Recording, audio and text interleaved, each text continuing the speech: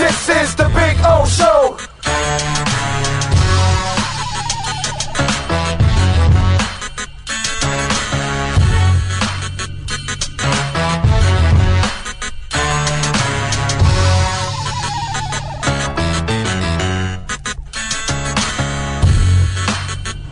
This is the Big O Show.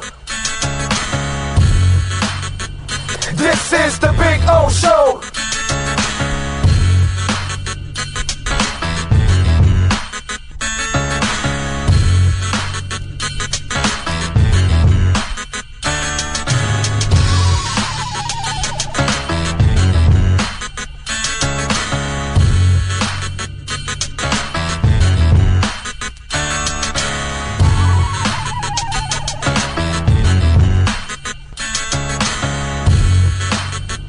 This is the Big O Show.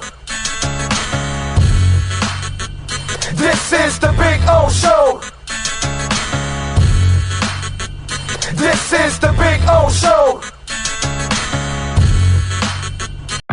There's just one place to celebrate a happy new model year. Acura of Pembroke Pines. Drive away in a new Integra. Only $299 a month at Acura of Pembroke Pines, the #1 volume Acura dealer.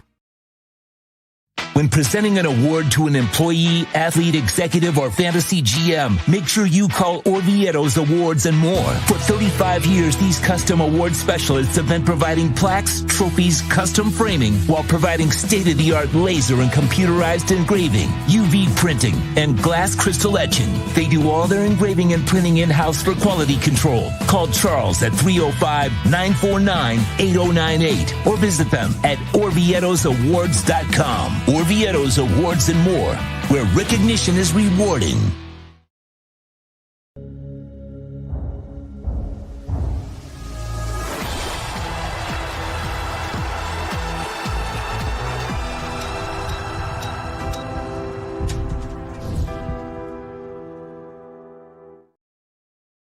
When it comes to your smile, confidence is so important. At Moody S Dental, they provide the services to get your smile back. This family-run practice prides itself by offering the latest technology to give your family the best experience possible. Moody S Dental has been in business for over 30 years with offices in Hialeah and Plantation. They accept most major dental insurances. They provide free new patient exams, 20% off select treatments. To qualify, please follow us on Instagram at moodys.dental. Moody S Dental has been in business for over 30 years. To schedule an appointment in Hialeah, call 305-821-0231 and Plantation 954-692-6825. From Invisaligns, dental implants, same-day crowns, and the preventative care and preservation to get your smile back. Go to moodysdental.com to find out more and tell them Big O sent you. There's just one place to celebrate a happy new model year. Acura of Pembroke Pines. Take $10,000 off a 2025 MDX at Acura of Pembroke Pines, the #1 volume Acura dealer. For over 16 years, EJDconstruction.com has provided South Florida residents quality craftsmanship, accurate project management, and exceptional service. That's why EJDconstruction.com is an A-rated member of Angie's List and the Better Business Bureau. When you're looking for the right custom home builder for additions or home remodeling, please call my friend Eric at 305-433-4843. That's 305-433-4843 for EJDconstruction.com.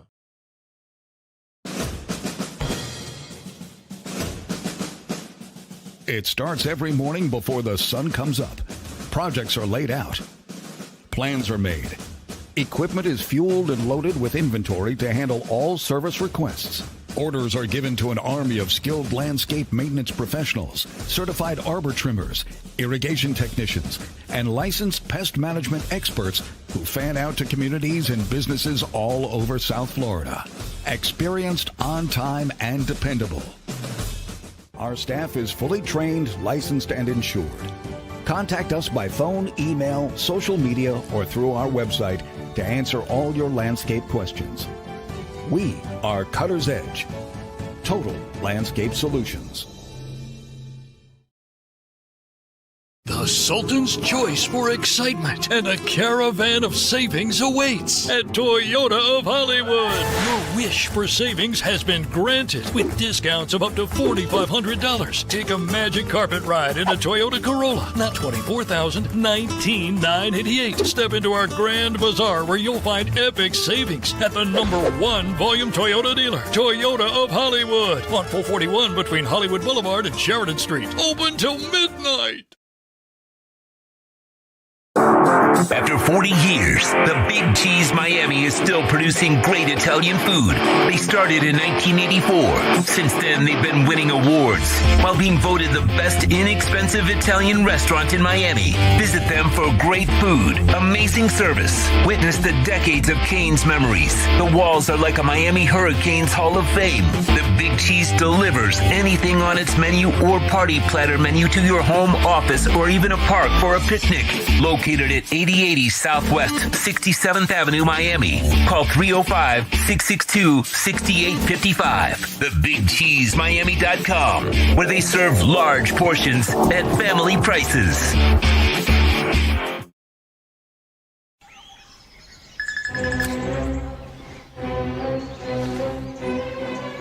Oh, Samu, not again.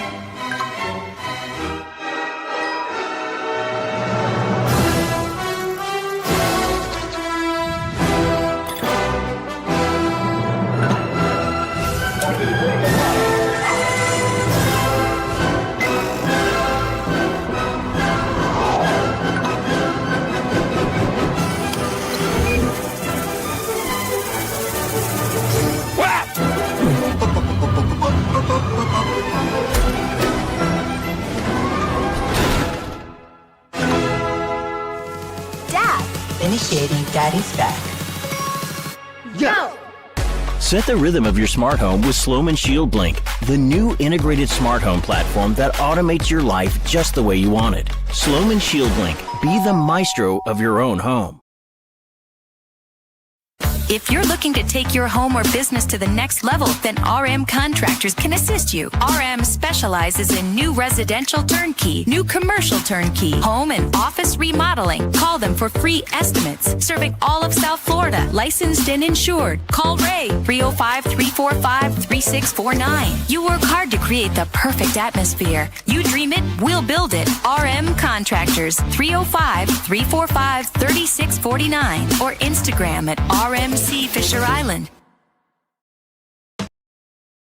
Before you buy or lease a Honda, Volkswagen, Hyundai, or any other model, compare Subaru, rated #1 in safety at Subaru of Pembroke Pines. Buy with 0.9% financing, 0 down. Forester with symmetrical all-wheel drive, $259 a month. Crosstrek with symmetrical all-wheel drive, $239 a month. During the Subaru A Lot to Love event at Subaru of Pembroke Pines, South Florida's #1 volume Subaru retailer.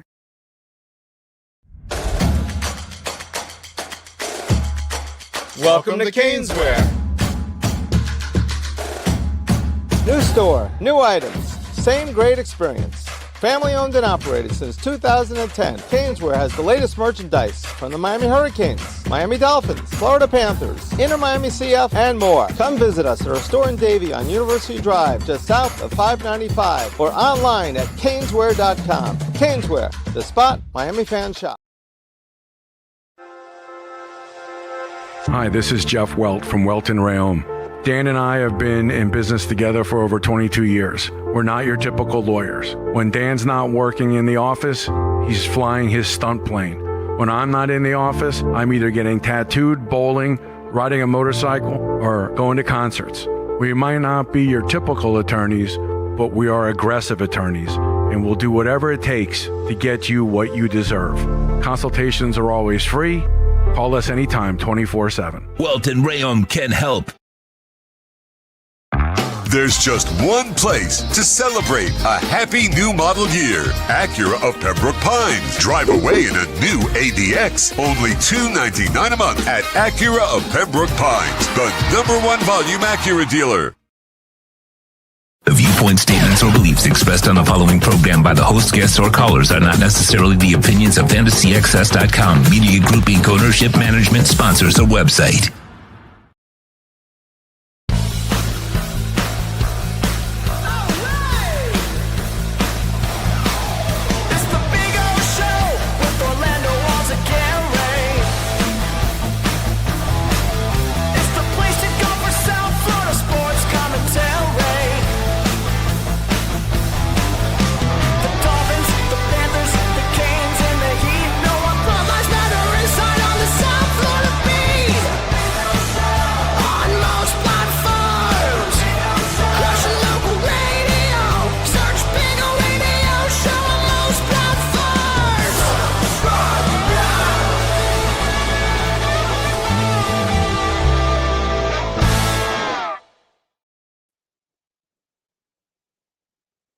Gotta make sure, baby, we are on. Yeah. Good morning.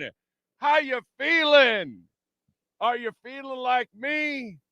Are you feeling like me? Ow! 125. Woo, baby. All-time highs. Yeah, my Dolphins suck. But Bitcoin, that's what never fails me, baby. That's the team that comes through every single time. So when I'm feeling down, Bitcoin, baby. Woo-hoo. Day number 105 of Bitcoin being over $100,000. Were you scared when it dropped to 107 or 108, or did you buy? Because if you bought, you did well. You did well. Love it. Love it. Love it. Love it. Oh, you love it at Levitt's. Oh, man. That is fantastic. All right. I need some good news, man. You know what I'm saying? We get enough bad news with although the Canes, man. Canes got it done, shut down FSU, 28-22, controlled that game, choked them out. So we got that at least, but it's always good. And to see, an all-time high right when we're coming on the air. I'm watching it this morning, and it's flirting around with 124.7, 124.8, and all that. And so, what can I tell you? Lisa says, "Thank you, Patriots, and my number one team, Bitcoin, for cheering me up today." You're right, but I got to tell you something, Lisa. Because of my misery, which is your misery, okay. And lots of you were, those of you that are really hardcore and follow the show a lot, and you listen and watch the post games. I'm talking about year in and year out. You know where we were last year after the Colts loss. Where were we? Right there at that moment, Sean and I are in a bar. God, I forgot the name of the bar. Terrific bar in Indianapolis, right in downtown. It was so perfectly situated and everything. I forgot the name. Anyway, so we were there, and they lost that game. And at that moment, Lisa, I wanted McDaniel fired at that moment when they lost to the Colts at that point, because I'm done with him at that point last year. And Vrabel was sitting out there. So last night, watching Vrabel. Oh, by the way, my prediction, Bills would win the division, the Patriots would be second, and then the Dolphins and the Jets fighting for third and fourth. I think we're on target, by the way. Anyway, so I'm watching because I did expect them to be better than the Dolphins. Some of you out there didn't think so, which I don't know why, but whatever. And I'm watching that game and watching Vrabel, and I'm going, this could have been our team. This guy could come, and with the same talent, the talent last year, the talent the year before, Vrabel would have gotten way more out of those teams than this fool does. I mean, look at McDaniel. Whatever you think about the talent, which I know it's not that good, you shouldn't be 1-4. But that's because you have a coach that will underachieve no matter what talent you give him. Chris Perkins in the postgame show mentioned something. He said it a couple times, and a lot of us have said it. Last couple of years, the Dolphins had more talent than they'd had in the last 15, 20 years. But, with that coach, you're not going to go anywhere. So, unfortunately, that was my problem, Lisa. That last night, Buffalo loses, but do I really care? I get the undefeated stuff, and eventually they were going to lose. You could see they were going to lose, right? If the Patriots can beat them, somebody else was going to beat them. They're going to lose a couple of other games because they're not, Teflon. But I sit there bitter, even more bitter, because I'm not like the Dolphins stuff. I'm not surprised because I expected them to be bad, and I warned all of you. But to watch Vrabel have success right away kind of eats at me, you know? So that right there was very painful where, you could have fired Mike McDaniel right there and then last year. And, what can I tell you? It is what it is. Don't forget, folks, smash the hell out of the like button. Yes, sir, Sean Stanley. Good morning. Tavern on South is the name of the restaurant. Tavern on South. That's it. Tavern on South. That's the restaurant. Tavern on South. That was a really good place. I enjoyed going to that place. Tavern on South. That was good. That was a really good 2-level bar, outdoor deck. Yeah, it was really, really cool. Really cool place. And it was literally 2 blocks from the stadium, right in the downtown area. So that was cool. That was cool. Anyway, don't forget, folks, please smash the hell out of the like button. Smash, smash, smash. We already got over 150 people watching. We only got 50 likes, so let's go. We're like 100 short. Let's go. A bunch of you can hit it right now, and the like button too, and get us over 100 right away, like right now. Come on, let me see that counter go. Let's get the there you go. It's moving. I like that. Thank you very much. Appreciate that. Let's go. Let's go. Get it moving. Come on. Come on.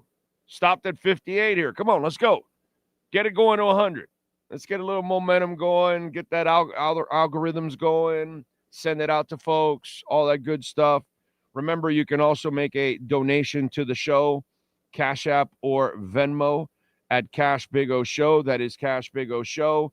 Cash App or Venmo. Wow, went from 56 to 83. You guys are awesome. Thank you. 17 more. Let's get it to the 3 digits right away so we can start with a nice base here in the morning. Please.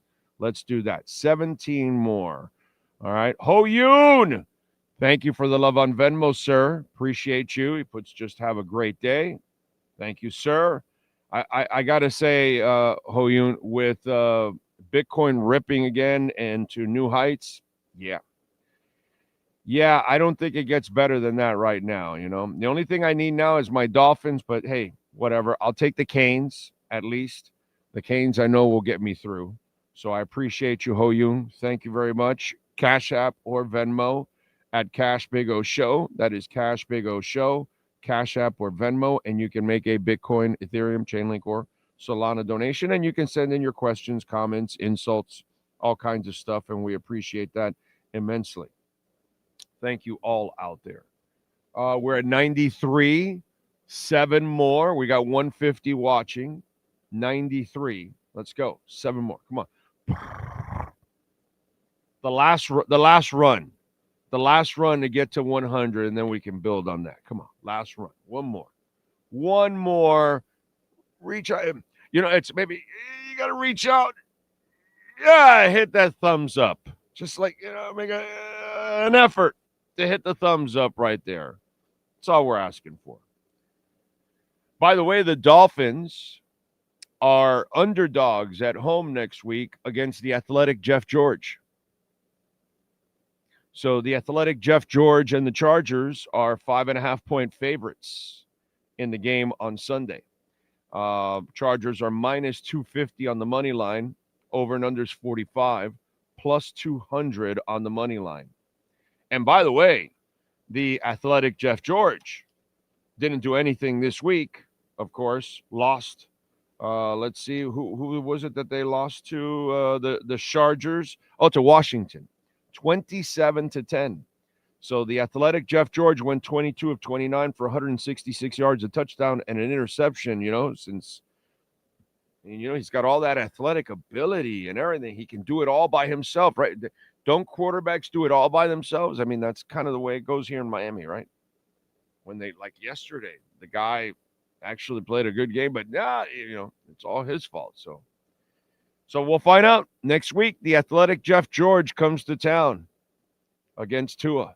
That'll be so much fun. We can relive the draft. That's what we'll do, right? That's what we'll do. By the way, I see Brooklyn Rob there. Brooklyn Rob, we got to give people credit when they deserve the credit. And Brooklyn Rob this morning, he and I were going back and forth there on the DMs. And he gave me a line that I got to steal, but I'm not really stealing because I'm crediting Brooklyn Rob. So I'm really not stealing. I'm magnifying it, okay? Because it's a great line. He goes, the team resembles Mike McDaniel. Personality soft, undisciplined, and unprepared. I mean, when you watch McDaniel, that's who he is. When you watch the team, that's who they are. I mean, McDaniel is soft. They look soft. McDaniel allows them to be undisciplined. They are undisciplined. He's undisciplined. He can't get a play in on time. He's completely, and he looks unprepared. Like, look at the second half yesterday. Why couldn't you get Waller the ball?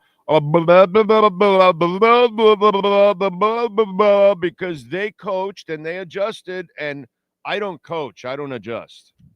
I just drop a couple of really cool plays, and then they work. And then when they stop them, well, I don't have any more cool plays, and that's kind of what it is. So undisciplined, unprepared, and soft.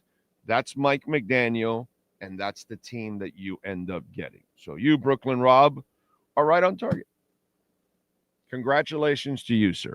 That is a perfect description of our pathetic coach. All right? That's a perfect description of our pathetic coach. And you saw his pathetic walk to the locker room yesterday, where he looked dejected and looked like he was, oh, woe is me. Oh, wowsy, wowsy, woo, woo. I'm nervous, and my socks are too. We are over 100. You got us there. I love it. 107. Let's do it. Let's do it. I like it. Oscar Rojas, I see, is number one. He's smashing in the like button, too, from Melbourne. NorCal in for therapy Monday. Casey Madpup is in.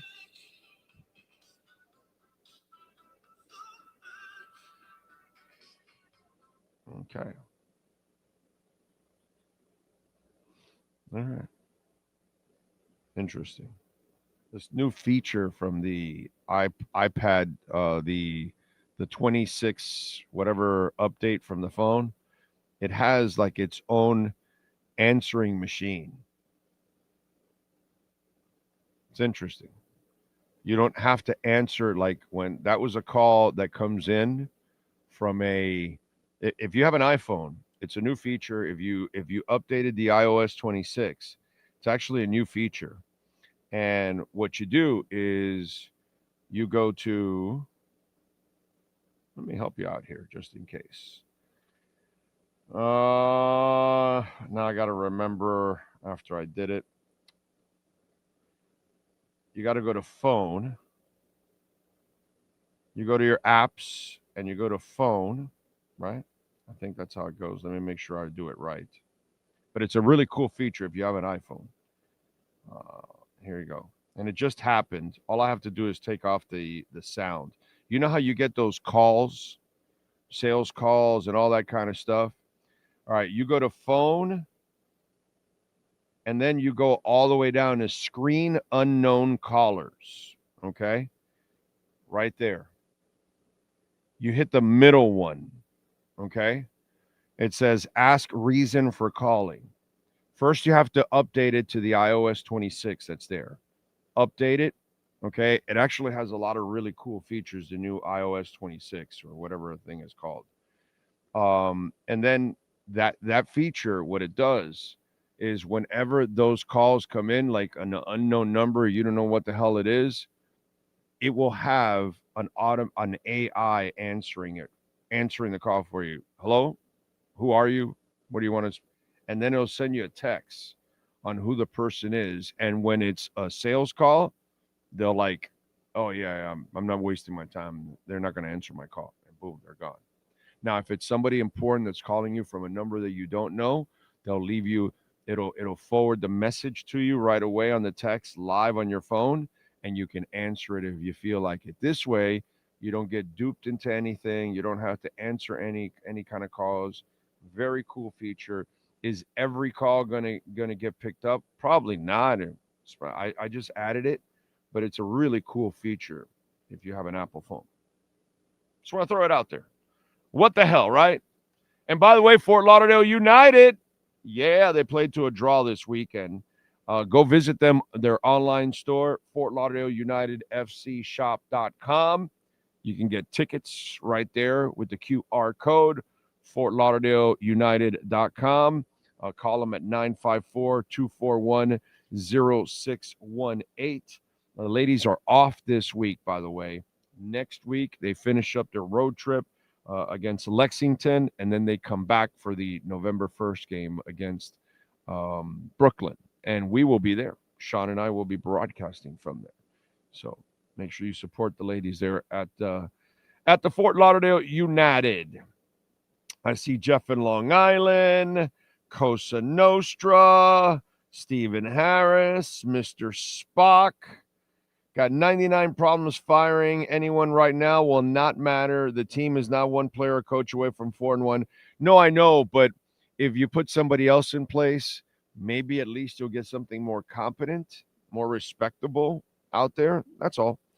There's no reason to keep McDaniel in place.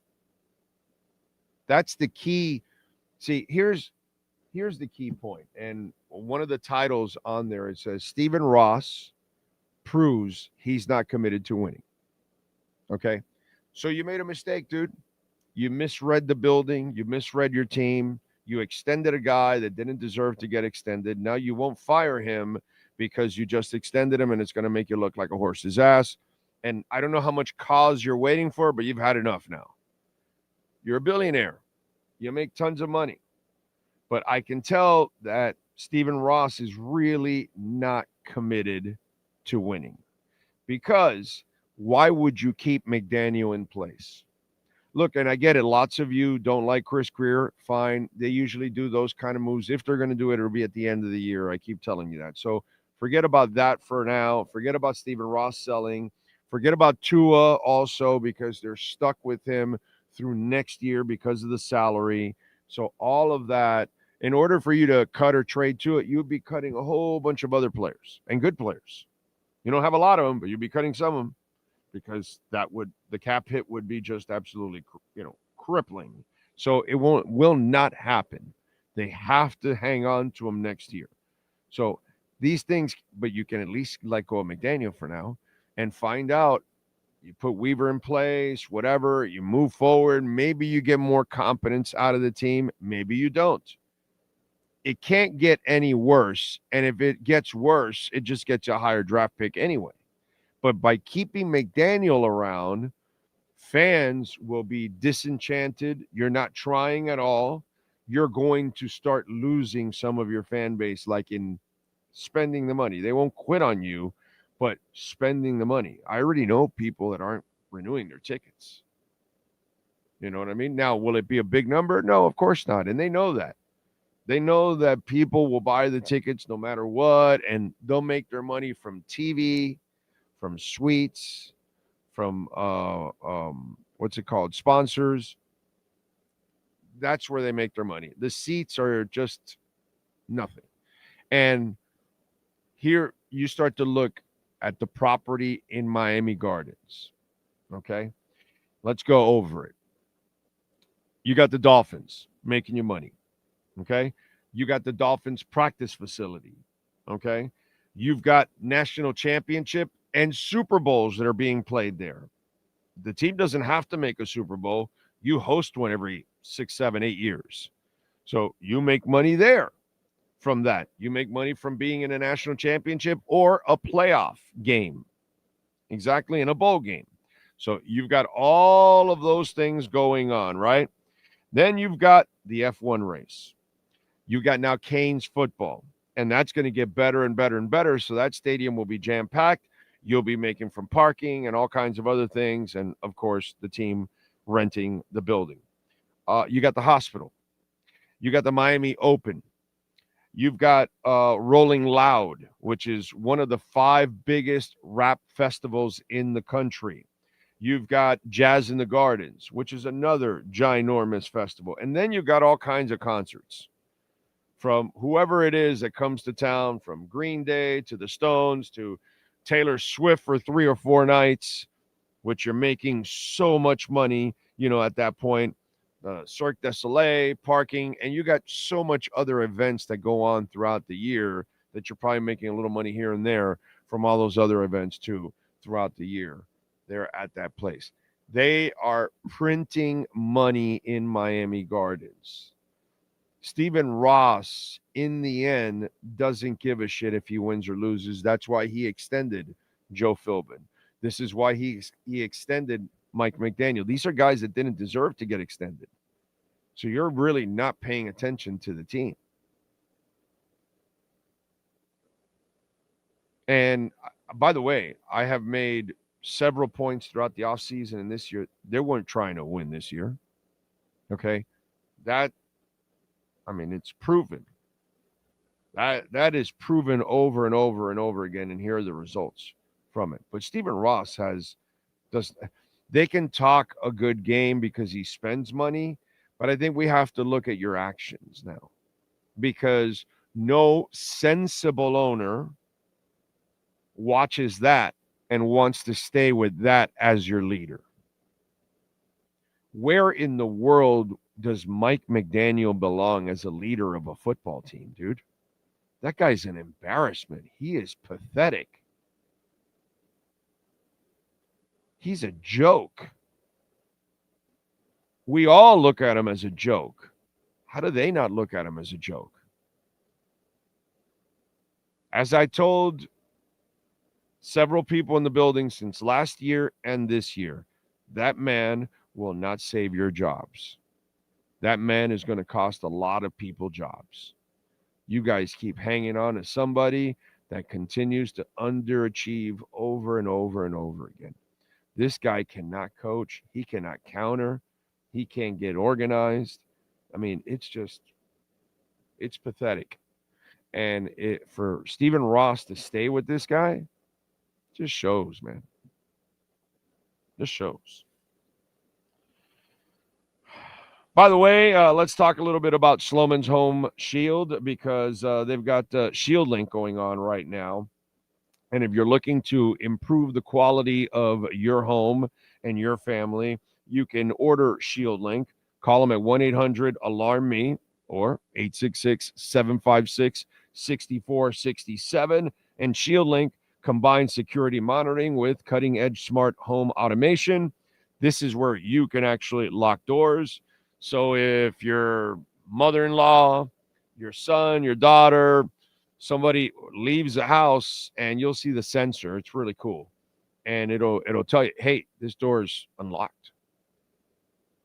And so now you can lock it, and then whoever left it unlocked, your husband, your wife, your brother, your sister, your mother-in-law, your son, your daughter, whoever it is, you can then call them and say, hey, moron, when you left the house, you didn't lock it. Oh, I'm sorry. I was loading up some groceries, unloading, and then I got back in the car and I thought I locked it, and but you can lock it. That's something I could never do when I was a kid. Your parents got home and the door was open. You left it unlocked accidentally. Nothing happened, because I'm sure that happened to a lot of kids back in the day. Oh, doggy, that was not going to end well. So you can adjust the thermostat. It's been hot all day here in South Florida or wherever you live. We're in 14 different states. And you want to put on the heater, put on the AC, whatever it is, you can turn it on.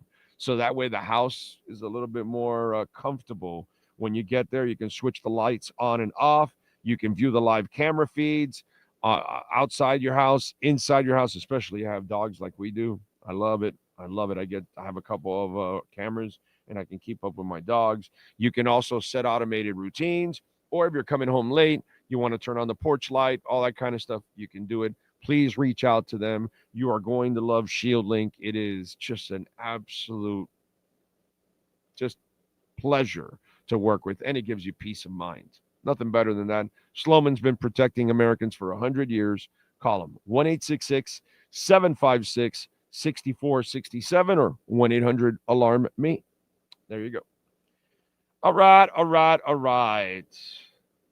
Let's get to our 3A Graphics sports calendar. And tonight, we've got the Chefs taking on the Jags. The Chefs, by the way, are favored by 3.5. The over and under is 45. The Jags plus 165 on the money line. The Chefs are minus 200. 8:15 for the kickoff. Dolphins, as you know, lost yesterday to the Panthers, 27-24. The Patriot win also is bothering me. They will take their 1-4 record against the Chargers next week at Hard Rock Stadium. And Jeff George and the Chargers, the athletic Jeff George and the Chargers, are 5.5-point favorites to open up the week. Over and under is 45. The Chargers are minus 250 on the money line. Dolphins are plus 200. Canes get it done.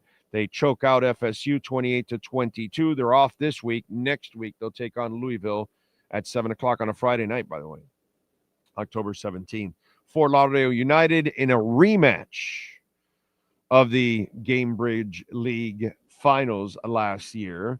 Fort Lauderdale United and the Tampa Bay Sun played to a 0-0 draw. They are off this week.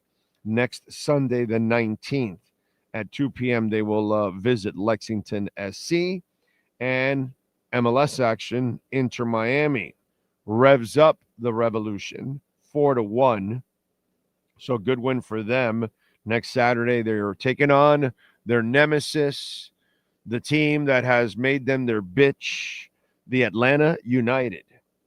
So we'll see if they can beat the Atlanta United at 7:30. And congratulations to Miami FC. They beat the Pittsburgh Riverhounds 3-1. Zarate with 2 goals in that one. Next Saturday, they're at Louisville City FC. That is your 3A Graphics sports calendar. All right. Remember, smash the hell out of the like button. Thank you. Already 140. We can work for 200 now, which is a beautiful thing. Let's do that, man. Love it. Thank you. Cash App or Venmo at Cash Big O Show. That is Cash Big O Show, Cash App or Venmo, and you can make a Bitcoin, Ethereum, Chainlink, or Solana donation, as Bitcoin is hovering just under 125 after busting through 125 at an all-time high, which is not something we love. Hopefully we'll get to 126 here on the day, or maybe 127. We'll see what happens, but all-time highs for Bitcoin, which is pretty impressive. All right, what else do we have going on? Let me see on the chat board here what we got. Mr. Spock is in. One-Eyed Jack, Jay Gelfin, loving life and smashing it. Thank you. Dolphin Dave is a little sick of the Dolphins, that is. What else? Noir Terror 25 on today's episode. Big O defends Chris Greer. Howard Johnson, has McDoofus been fired yet? No, sir, Howard, unfortunately. Jack is in the house. John Wayne's 45. Stephen Harris. Let's see. Big O, it's time for McNugget to go. Sorry, but we've been very patient after yesterday. We can no longer tolerate this. Well, you're a little behind because I wanted him fired last year. But, yeah, should have been fired after the third game this year. Right after Buffalo, they should have shit-canned him right there at that moment. The great Stoney Stanley is in the house. Cocky Kane wants to cut ties with Weaver. Let McLovin ride out the season. Okay, that makes all the sense in the world, okay? Or he's smoking the sense, one of the two. I'm not sure, this one leads me to another topic that I want to talk about, because people like this here, Cocky Kane, and people in the media, you're all at fault. You're all at fault. You thought this was going to be a good team. No, it wasn't. You hear people talk or write about that this team lacks talent. Really? Now's when you figured that out? Why were you talking them up then? Why did you think they had a chance in 9 or 10 games or 11 or even a playoff when they didn't? And we talked Kaki Kane all offseason. Easy defense to attack. They have no secondary. They have a bunch of young defensive tackles. The problem with Kaki Kane, many media members and others, you guys thought that the 3 defensive tackles were going to make a seamless transition to the NFL, that Savanaya was going to make a seamless transition, which is what you need in order to get to the playoffs. You would need your entire draft class to be a hit, like right away. And sorry, defensive tackles and guards usually take some time. Once in a while, you'll have a guy that can make a fast transition, and hey, great. Other times, they take a year or two to kind of figure it out, and it's kind of the way it is. It's really your fault, Kaki Kane. It's really a lot of the media's fault now, because they're the ones that talked up this team, the coach, the defense. Weaver will never have a good defense with what he has. I heard people over the last week thinking that Jack Jones and Rasul Butler are good enough.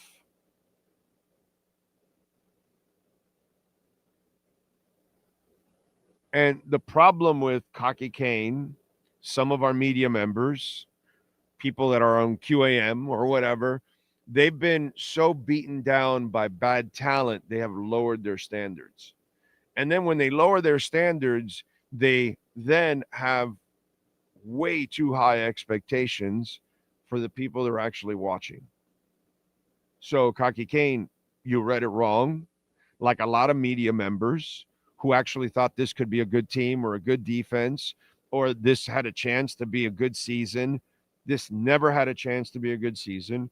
We documented, Kaki Kane, you weren't probably watching all off season. Maybe, there's a lot of people that you guys are like snowbirds. You disappear in the off season and then you come back during the regular season. Then you have no idea what we talked about all off season as we guided you through the off season, and we said, what? This team can't compete. This team ain't going to win. Over and over and over and over and over and over and over and over and over again. For months in the offseason, we kept telling you, they're not trying to win. This is not a team. This team doesn't have depth. So I'm not exactly sure for the Kaki Kane, for a lot of the media members that are out there, for a lot of fans that are out there. And I get it. You're a fan, so you're fanatical. That means you're not sensible. So at no point were you ever going to see a good team. And by the way, here's the other thing that so many of you, media and fans, this guy has been unorganized. His teams are never prepared. He can't counter. He still can't get plays in on time all the time. He still doesn't dedicate himself to the run like he should from day one, from week one. His tight end had an amazing first half. The guy couldn't figure out how to use him in the second half. So here's the other thing. The other question I have for the local media who refuses to fire him until now. None of the writers. And all of you out there that are fans, with that idiot at the helm, how in the world did any of you think this team was going anywhere? Did you think that after 3 consecutive years of doing the same stupid shit over and over and over again, he was all of a sudden going to fix it in year 4? That's freaking hilarious. How delusional are some of you in the media, and how delusional are some of you as fans? That's what I want to know. Cocky Kane. I'm sorry, dude. I want to know, how delusional are you, dude? So if you're mad, be mad at yourself. You know why? Your assessment sucks. And Sean, do I not talk about this all the time? That fans put unrealistic expectations on their team, a specific player, and when they don't meet it, they're mad at the team or the player for not meeting their unrealistic expectations. So any of you that thought that there was an inkling of having a good season with that idiot at the helm and that lack of talent, you couldn't read the fucking alphabet. Let's get it straight. Okay? You'd struggle with Campbell's soup. Let's get that shit straight. That's what went on. So Cocky Kane and many others out there, if you thought the defense was going to be good, you're a fool. If you thought the Dolphins were going to be good, you're a fool. Sorry, but documented the entire offseason that there was no way they had any intentions on winning. No way. And it's there. It's all on video. Constantly over and over and over and over and over and over and over again. I just kept pointing out, you're doing nothing. There's been, what was the word? No urgency, right? Has that not been the theme the entire offseason? They have shown zero urgency to win. And you expect them to win? You expect them to be good? Come on, man. So blame it on yourself. You read it wrong. Nobody else. You read it wrong. Brian Radke, good morning to you, sir. Horn Dog is in the house. Says 6-piece McNuggets still a head coach. So I'm officially checking out on our Finns this season until he's gone. Ross doesn't care, so I don't give 2 Fs. Don't leave us, bro, just because, the Dolphins suck. I'm going to tell you, we still have the Canes, Horn Dog. You know what I'm saying? We're good. Inter Miami, we'll see if the Chokers can actually do something in the playoffs. We've got, of course, the best football team in town, the Fort Lauderdale United, which are still unbeaten in the season. And, of course, we got the best team in town, the Florida Panthers. And I am really intrigued with this season because I know they're loaded enough to overcome. You know what I'm saying? So I love it. I love it. I loves it. By the way, we also loves going to Moody's Dental in Dade, 305-821-0231 in Broward, 954-692-6825. Reach out to our friends. My entire family goes there. Invisaligns, dental implants, preventive care, cosmetic surgery.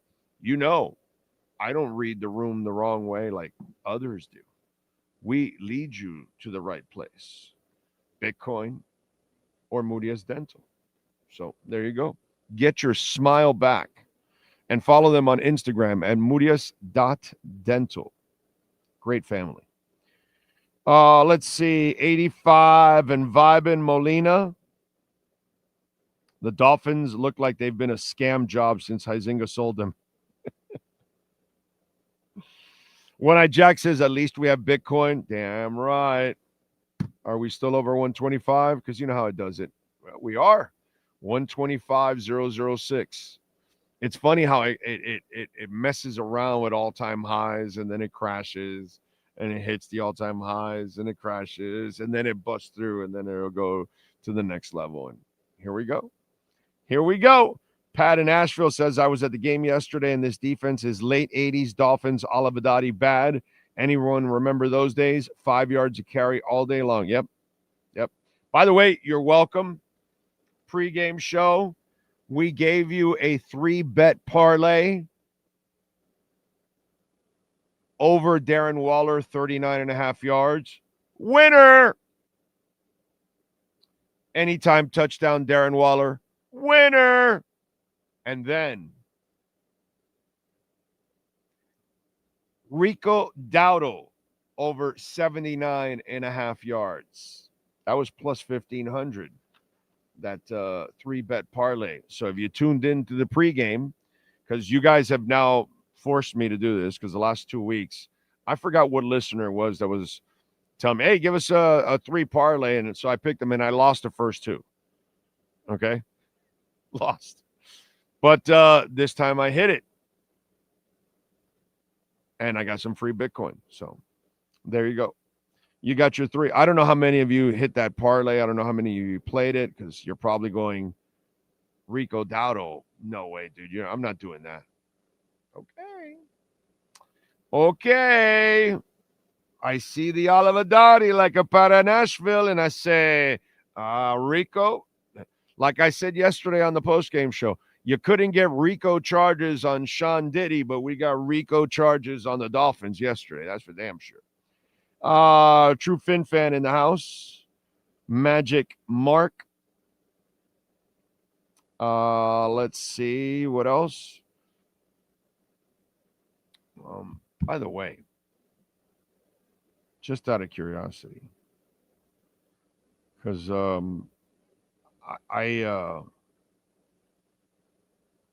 me see something here. Just want to make sure. I was going to bring something up. Yeah, better not. Better may lead to something I don't want to hear about. Who knows? See if somebody's out there, but unfortunately, I don't know. I haven't heard from the poor man. John Wayne's 45. It's a mark that's out there, but I don't want to talk about it now.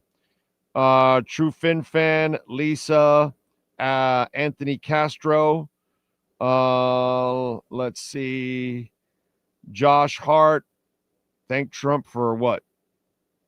Castro. What are you talking about? Oh, Bitcoin? Oh, for sure, dude. I thank George Bush Jr. I thank Obama. I thank Trump. I thank Biden. And now Trump again. Because before, let's see, it was 6 million for Bush. 6 trillion for Bush, 8 trillion for Obama, 8 trillion for Trump, 8 trillion for Biden, and Trump now is on a pace to print 10 trillion.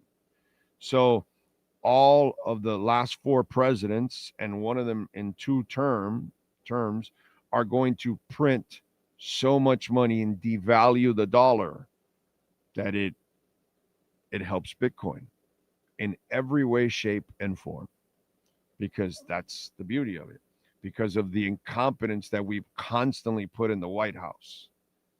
So you are right. Hey, dude, I thank all of these idiots that we put in there. The beauty is that guy didn't expect that response. That's the beauty. He thought he was like, thumping his chest, but pobrecito, he's got his head up his ass and he has no idea what really is going on. But that's fine, dude. That's fine. Don't worry about it. I thank the Democrats. I thank the Republicans. These are 2 clown-ass parties, and they will empower Bitcoin to go to incredible heights. It's all good, dude. It's all good, yes. Yeah, I thank Trump big time, because nobody has printed like he has. Now with that second go-around, Biden slightly beat him his 4 years. Now Trump will top all of that. And by the way, it's completely objective on this part. Before anyone was elected, before anybody was even running, I gave everybody on this show a prediction 2 years ago. The next president will print 10 trillion. Okay? Because the last 2 have printed 8 trillion. The next one, didn't matter if it was a Dem or a Republican, 10 trillion. So you, sir, are 100% correct. I thank Trump and all the other idiots that we put in office for destroying the dollar and creating the inflation that people think, oh, it's Amazon's fault. It's whatever's fault. No. It's our government. That's what it is. So you are right, sir. damn, I thank Trump and everyone else. Yeah, thank those two sorry-ass parties. That guy right there is going, oh, God, I didn't expect that. Anyway, Josh Hart is in the house. Mark Butler. No, we will talk. We don't talk hypotheticals here, Mark. When they actually fire a guy and then they start interviewing and all that, then we'll talk about it. But right now, no, but we don't even know who's available. But hey, you know what? There's a lot of shows out there that have nothing to talk about, and they'll come up with all those silly hypotheticals and waste their time and yours. But I'm not wasting mine. I'd rather talk about Bitcoin before I do that. J-Town is in the house, loving the 125 from Bitcoin, raging in. Let's see. True Fin Fan, Kosa, Ray Varnicus. Ravens fans beginning to get disgruntled with John Harbaugh. You're tied to a running offense. It is what it is, dude. You know? Look what happened to the Eagles last night. Let's see what happened to the Eagles. They lost, right? I wonder why they lost. Broncos beat them 21-17. Philadelphia had a total of 45 rushing yards. Saquon had 30. Jalen Hurts rushed 2 times for 3 yards. And they have the best offense and defensive lines in football. So the Broncos went and shut down the run and then said to Hurts, go ahead, beat us with the pass. Go ahead. You can't make a living in the pocket. See, it's interesting. All the Lamar Jackson lovers, oh, no, let's blame Harbaugh. No, my brother. Blame the entire Ravens organization. Don't blame just Harbaugh. Everybody has dedicated themselves to this offense, a running offense in a passing league. So, yeah, you got to run, but you can't be only run. You got to be able to pass the ball. And so can Lamar Jackson line up and just throw the ball every down and have a mediocre running game and him not run the ball like regular quarterbacks? No, he can't. Can Jalen Hurts live in the pocket without using his legs like normal quarterbacks? No, he can't.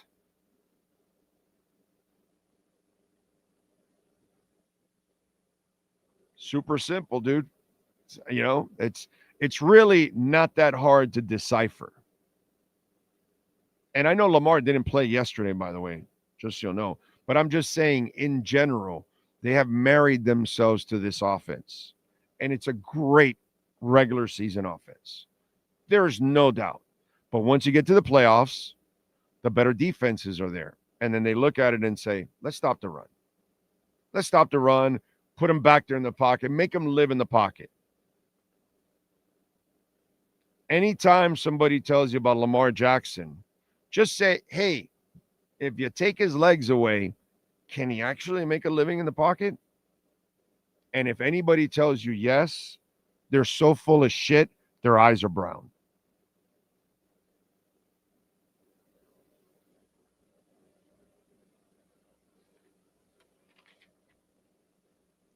Again, credit to them. They build the offense to a system. Big tight ends, awesome tight ends, great line, one of the best running backs. You know, they've always had running backs. They've always had dedication to the line, dedication to tight ends. So they have assisted him in helping him do that. But then when it comes to him, sure, occasionally they'll do stuff because they're athletes. But can he sit there and live there week in and week out? Never. Never. So don't blame Harbaugh. Blame the philosophy of marrying yourself to a pure running offense. That is pot luck in the passing game.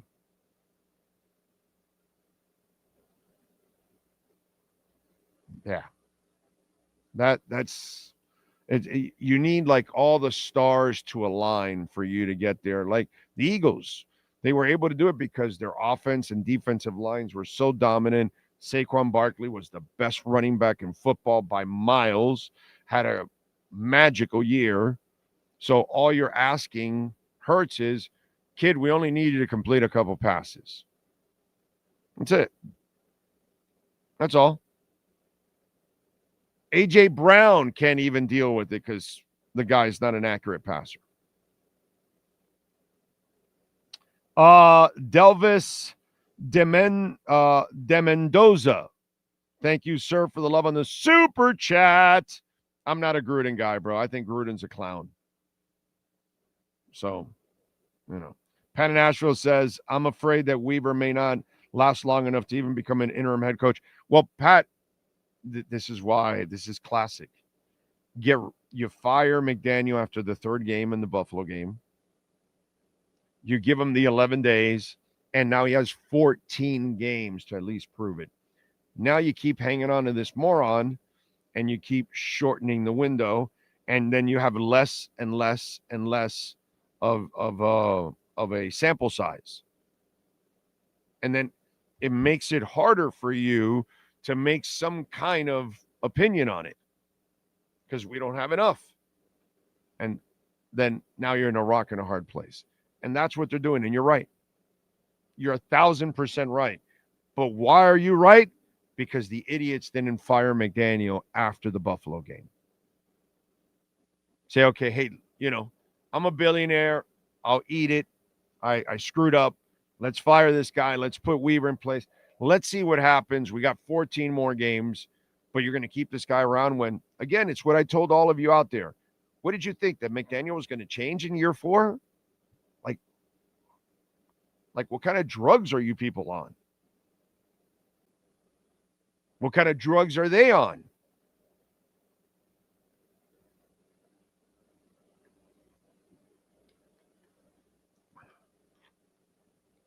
And Gruden will not save us, Elvis. There's no way. No way. Sweet baby Ray. Tua haters don't understand that Herbert wouldn't look as good with the Fins as he does with the Chargers. Well, he looks sometimes good with the Chargers. There are still moments like yesterday. Where was he? I mean, if he's so amazing, you know what I'm saying, sweet baby Ray? Anyway, same as Drew Brees with the Chargers was not the same as Drew Brees with the Saints. Exactly. Let's see. George G, thank you for the love on the super chat, sir. Appreciate you. Oh, judging by the comments McD made post-game. Wait a minute. What happened here? Here we go. Oh, no, that's Leon. Damn it. All right. He seems to be throwing Weaver under the bus for the defensive performance. The wheels are coming off. Or maybe he has Weaver breathing down his neck and he knows that he's going to be the guy. I don't know if I read it in. I know the comments you're talking about. It's just the way he talks. It's so discombobulated. Sometimes he answers and you're like, what did he say? I swear he sounds like such a stoner. Leon Fresco, thank you for the love on the super chat, sir. Ross isn't indifferent. He knows the best way to tank is to keep McDaniel. Everyone will be gone in the offseason. Greer will be given fake promotion. Leon, that could happen. Where they do a clean slate, wait till the offseason. That could be just let it roll. Just let it go and forget about it. And, we'll make changes in the offseason. And they move Greer up, and then they bring in a whole new set of people. Yeah, I mean, I can't tell you that that's impossible, right? Like, that would be stupid on my part to say, oh, no, Leon, that's ridiculous. That will never happen. Bro, these people have tried to do more ridiculous crap. So anything is possible. Anything is possible at this point. I don't know what to think at this point. I really don't. Delvis, thank you for the second super chat. I appreciate you. I don't talk about hypotheticals. There's no coaches available right now. There's nobody being interviewed.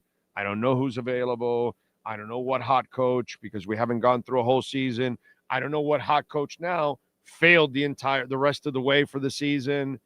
I don't know who got arrested. I don't know who did cocaine with a hooker.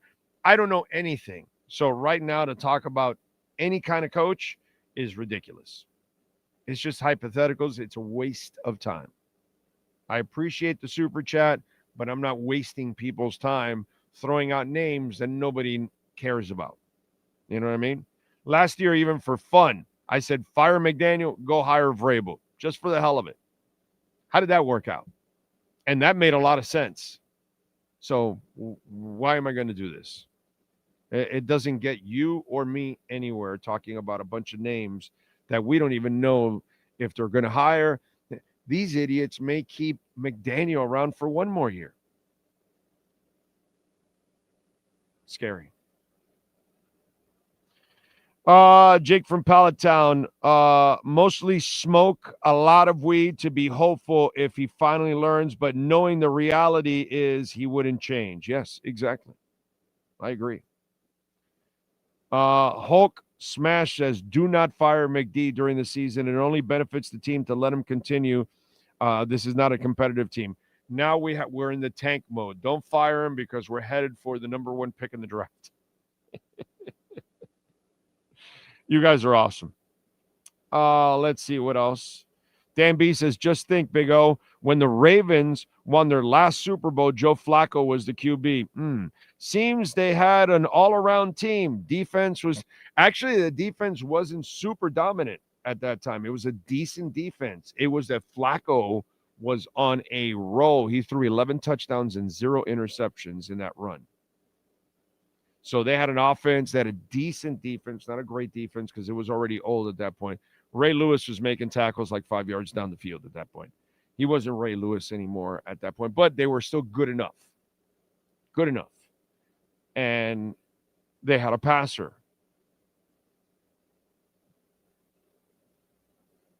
So what can I tell you? But you understand it clearly.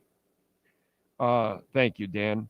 Dougie Fresh says, Rush just announced that they are not only going back on tour and have selected German female drummer prodigy Anika Niles. Get the hell out of it. Don't screw with me, bro. Don't do this to me. You're always joking. I can't take your ass serious. You know? Because now you're going to follow up with some shit that Anika was playing in the Yoko Ono band. Okay? Where's the punchline? I'm not falling for this.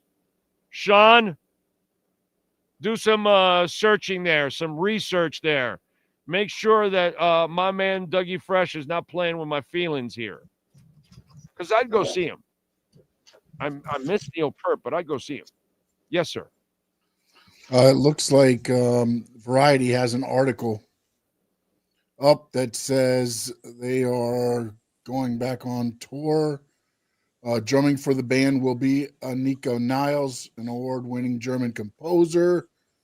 The tour, dubbed 50-something, is described as a celebration of Rush's music legacy and the life of late drummer and lyricist Neil Peart. I bet they'll have video. Seven cities in North America, kicking off with 2 nights at the Kia Forum. Oh, that's L.A.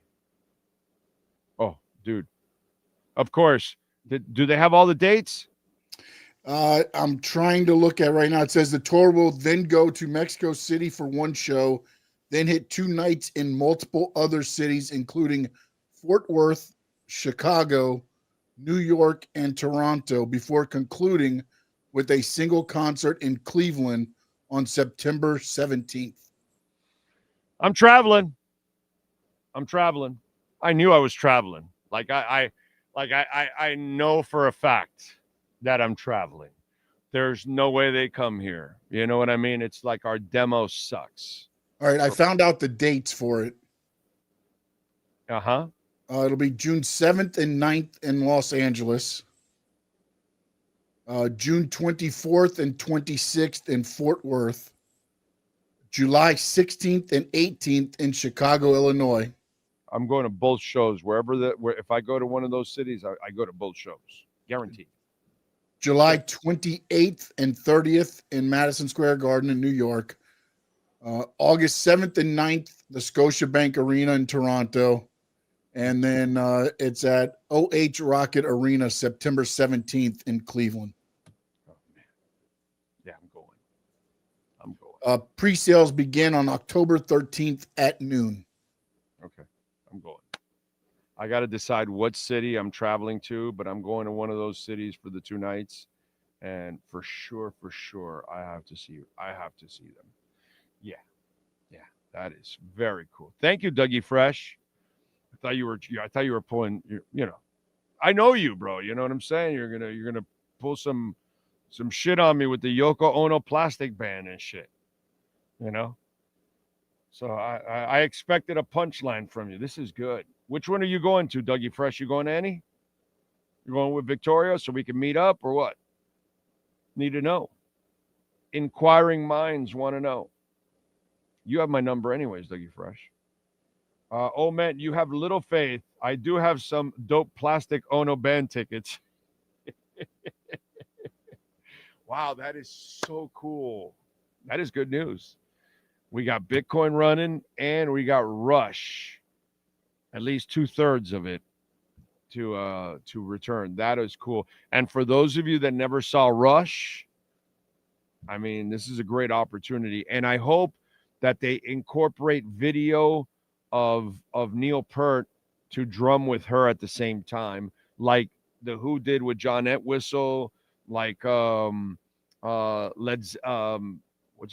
Bonham's Led Zeppelin experience does with him and his dad, stuff like that some bands have incorporated someone from the past. I hope they do that, dude. That would be so cool if you can get, a little Neil Peart action in the vibe there at the same time. I love that. Love it. Don't forget, folks, smash the hell out of the like button. Man, you guys can get us to 200 already. We're at 187. All we need is 13 people. All we need is Marino. Let's go.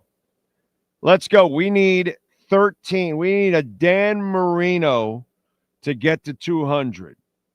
And there's 247 watching right now. So let's get a Dan the Man Marino 13 likes in right away. You love Dan like I do? Let's go. Got 192. Let's go. We need 8 more now. Come on. Let's go. Come on. Get that counter going. Get it going like a Bitcoin pump. Pump us to 200 likes right now. Right here. Right now. Right here. Right now. Oh, shit. 199. Who's going to be 200? Who's going to be Mr. or Mrs. 200? Come on.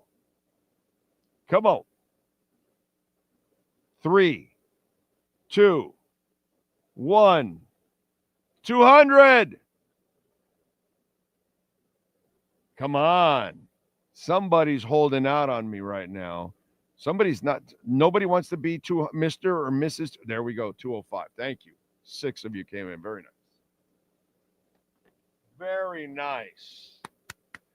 Very nice. Thank you. And remember, whenever you're listening or watching the show, please hit that like button. All right, Cash App or Venmo at Cash Big O Show. That is Cash Big O Show. Cash App or Venmo, and you can send in your questions, comments, insults, all kinds of stuff. Peter German. Dolphins so dysfunctional, they had a chance for Vrabel and went for this clown. I know, right? It's baffling. He's there for the taking last year. And Christian DiMartino, thank you, sir, also for the love on Venmo. Oh, watching the Pats-Bills game last night, perfect example of what a quality coach can get done with the talent he has. Go into Buffalo and get a W even when they shut down your run game. Tough guy, tough team. We have a soft guy. We have a soft team. Okay. Hateful Steve is in the house. Oh, we know the organization expected to lose, right? At least it's maybe not so much that they expected to lose, but what they constructed was a loser. And I pointed it out throughout you listen to the show enough, so you know That this is not like hindsight or I'm just coming up with, like I'm hearing now or writing, oh, well, this team is short on talent, this, that. Well, no, yeah, they were short on talent from the get-go. So I don't get it. So how can we expect McDaniel to get fired for living up to, well, because you don't think that he should have won at least another game or two out of the first 5? You don't think he should have won 3 to 5 games last year more? He has underachieved every year. Even when he had talent the last couple of years, he still lost games he shouldn't have lost. That's my point, that he's not the guy. So I don't even know why he's here this year, Steve. It makes no sense. As I told many in that building last year and this year, how you keep this guy around, he's not going to save your jobs. But whatever. And we know this owner has already told one coach to tank. That's right. And that's the thing, that you can't even trust this owner, because he has proven that he will meddle. He's proven that over and over and over and over again, that he will meddle. Oh, man. All right. Cash App or Venmo at Cash Big O Show. That is Cash Big O Show. Cash App or Venmo, and you can make a Bitcoin, Ethereum, Chainlink, or Solana donation. And you can also send in your questions, comments, or insults too at the same time, like these gentlemen just did on Venmo. On Cash App, let's see. Anybody in? No? All right. Good stuff. True Fin Fan says, my son-in-law played college ball. He had never seen Marino. He's 22. Showed him his YouTube highlights, and he was in shock. Kept saying, how does he throw the ball that far, that low? Yeah. Marino's a freak, and you don't get those very often. You just don't get those very often. And Howard is right. We have been soft for 40 years, although there have been times that you had a pretty decent defense that wasn't soft. But yes, in general, they have been a soft team for 45 years. Yeah, because in every moment that comes to shove, the Dolphins have folded for 45 years. So I really can't argue with Howard on that one. He's 1,000% right. There are moments that we've had some tough guys and decent D lines, but overall as a team, yeah, not tough. Yeah, I'm with you there. I would have to say that. Yeah. Mountain Man Fishing, Stephen Ross couldn't even tamper for Brady or Peyton properly. Yeah. Or Harbaugh. Let's see. Bijan, weren't you a big proponent of McDaniel at first and Tua? I still love Tua. I have no problem with Tua. I don't even know who McDaniel is, but I loved what I saw at the beginning. His offensive mind, he has one. He can design some plays, but as time moves on, you find out that he can't coach, that he can't counter, and he can't get organized, and he can't get plays in on time, and he can't win challenges, and these are things. But yes, I did love his mind for offense, but he's an assistant coach. You know what I mean? So I like the beginning of Gase. Didn't take any shit, got rid of those guys and all that, but then as time wore on, you figure out that he can't play. He can't coach. So with Tua, I want him to go because he's going to fail here anyway. They're not going to build the kind of offense he needs around him. They don't know how to build the offense they need around him, or they refuse to, whatever it is. So I'd like for him to go, and hopefully next year he survives and he can go in the 2027 season. But I still believe, I wouldn't have drafted Tua, but I still believe Tua can play in this league. Okay? But you can't put him in the position that he's in now. This is not the kind of team. He needs the kind of team that Drew Brees had. Okay? He needs the kind of team that Peyton Manning had. He needs the kind of team that Tom Brady had. Okay? It's got to be teams that have a stout line, that can run, that have tight ends, and then good receivers They don't have to be elite of elite, but good receivers, you're fine. And he can handle everything else. But if you expect him to run around and win things with his legs and all that, the Breezes, the Greasies, the Mannings, the Bradys of the world, they don't do those kind of things. So you have to understand the Joe Flacco's of the world. When Baltimore won a few years back, it wasn't Flacco's legs. You gave him a running game, you gave him a line, and he had a decent defense, and then he went out and got it done. But you have to understand your talent. And they don't understand that. And we did the same thing with Marino. We never built the team around him that he needed. The good thing is that Marino was a freak, so you won a couple of extra games because he was a super freak. But you still never won anything significant. And in every big game, Marino's teams folded like a cheap tent. And it wasn't Marino's fault. It was just that the team you built wasn't good enough. So I still believe in Tua that he can play if it's built the right way. But the way it's built here, by the way, what quarterback succeeds here? As I said in the postgame show, it's not like every quarterback succeeds here. No quarterback ever succeeds here. So that's just kind of the way it goes. So yeah, that's how it played out. What else? Chicago. My sister lives there. Oh, that's where you're going? Chicago? Okay. All right. She was Jeff Beck's drummer, phenom. I'll be at MSG for both nights and Toronto too, says Rusty. Wow. Nice. Well, if she was a drummer for Jeff Beck is not going to let any slapdick be a drummer. You got to know what the hell you're doing if you're going to be drumming for Jeff Beck. So that tells me some big stuff right there. Let's see. Lisa says, come to the Rush shows in Toronto. Oh, I think I might do that. Yeah. Since I got friends in Buffalo, I can go to the concert in Toronto. I like that. That is good because I know enough people in Buffalo that I can go there and then go over to Toronto and hang out. You might be right, Lisa. Might be right. Yeah. I got to drag the wife up there for that, maybe. I don't know, maybe not. No, I will, because we got Niagara Falls. Yes. So even if she likes Rush, but I mean, I know her. How much are we paying for? No, I don't. No, you just go. I'll stay in the room and I'll wait for you. And, she'll do stuff like that. Let's see. What do we have? Does the new owner will do things different? I don't know what that means, Marino. If you're expecting a new owner, it's not coming.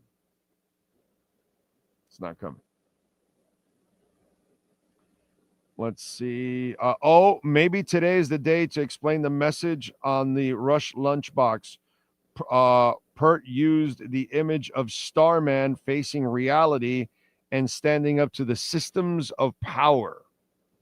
And Dougie Fresh and Victoria gave us this lunchbox years ago.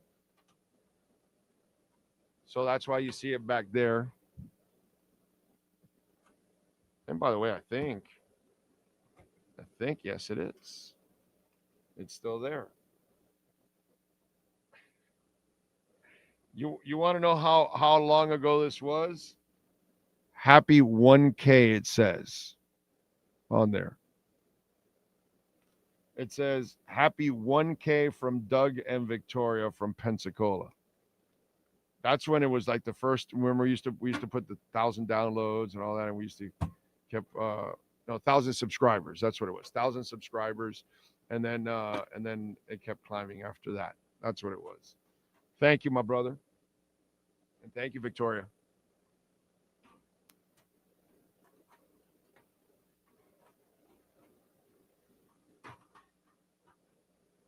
There we go. All right. Appreciate that, sir, as always. And of course, I still have you see the Devo hat there. The shield. The shield is somewhere. I have the shield somewhere stashed back there. because I couldn't put it there. It always would come off, and it wouldn't allow it to show the panther face and all that kind of stuff. But thank you, my brother. You are the best. Appreciate you guys. I got to visit you guys too. But hopefully we'll hook up in Toronto.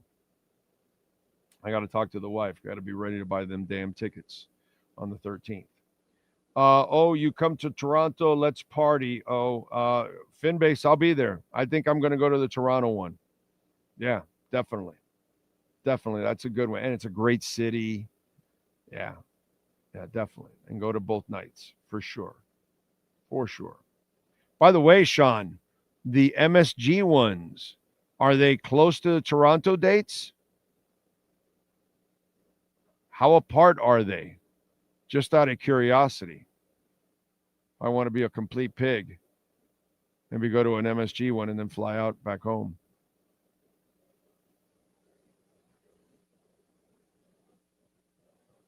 Let's see.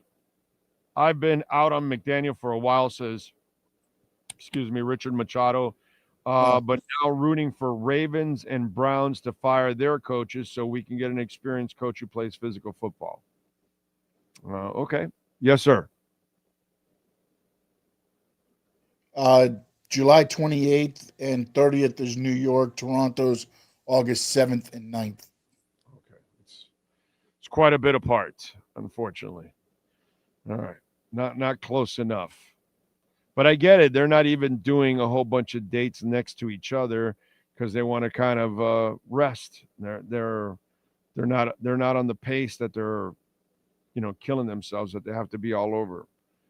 This is pretty cool. I thought that they would get back together when it first happened that Neil Peart passed away. I said, give them a little while, give them a year or two, and they'll get back. But it took a little bit more than that. It took a little bit more. By the way, I was almost at the point of like, okay, it doesn't look like it's going to happen because they shot it down every time. But that you have to see their window is going to close soon. They're not going to be able to perform at this kind of a level like they used to for much longer. So, man, fans want to see you. I love Rush music. I'd love to see them again. I think it's going to be awesome, man. So do it. Do it for yourself, too. You love playing the bass and singing, Getty. You love Alex playing the guitar and all that and performing in front of people. Plus, people love your music like me, and we're willing to travel to go see you. Do it, man. Connect with fans that way because you'll have regrets that later on, okay, yeah, you gave it up because of Neil, but you still could have done it without Neil, and it's no disrespect to Neil. It's an honor to Neil because he's part of the great music that you created, So I think it's important that, two of the three are still alive. I get it. Nobody's Neil Peart. I understand that. But that doesn't mean you can't perform the music and people can go out there and enjoy it. So I'm glad that they're doing it. And I'm glad they're doing it for themselves because it's going to be self-gratifying for them to be able to perform again and be able to perform their music that people love so much. So, yeah. And Lisa Rose threw in there. And Rochester. Exactly. Buffalo, Rochester, Toronto. There we go. I can go see Ragin' too. What else do we have? What happened to all the violence from the defense Weber was preaching about? I don't see the intensity required you get from the top teams. Well, they don't have top talent, bro. That secondary is garbage. Okay? Garbage. And the poor defensive tackles, those kids aren't ready, man. They're not ready. They're still learning. And you have no choice. You got to keep playing them. Some people talking about Wilkins, that's stupid. You drafted these kids, play them, develop them. That's the only way they get better. They're not going to get better if you put them on the bench, and the season's over. So why would you bring in a veteran to be a progress stopper at this point? I say Biggers needs to be activated for all the games along with Phillips and just play them, play them, play them. Let them make mistakes. This is the season to do it. So maybe next year they're better prepared. Big O, don't care for Dylan Gabriel. He's high in the Sanders mountaintop. I don't know, but eventually Shador will get his shot. I feel bad for Dion. He's dealing with some health issues too. SI article says Finn's expected to cut T. Hill ahead of the 26th. Alex, do you listen to this show? We told you that T. Hill was going to be cut a year ago, bro. A year ago, we told you this would be his last year, one way or the other. Once they guaranteed it, that's it. It was over, one way or the other. You know, we're months to a year ahead of all these reports and all these people. You might want to listen to the show every day, and you would have heard and would have said, "Oh yeah, no, talked about that a long time ago." T. Hill was going to be, for months I've told you that T. Hill is going to be traded in the deadline or cut at the end of the year. For months. And I told you that Chubb will be traded at the deadline. Now everybody else is picking up on it. Meanwhile, if you've been watching this show for months, you've been hearing me tell you, no, T. Hill and Chubb are the targets that they could move in the trade deadline so they can acquire more picks since they have to move forward with Phillips and Chop.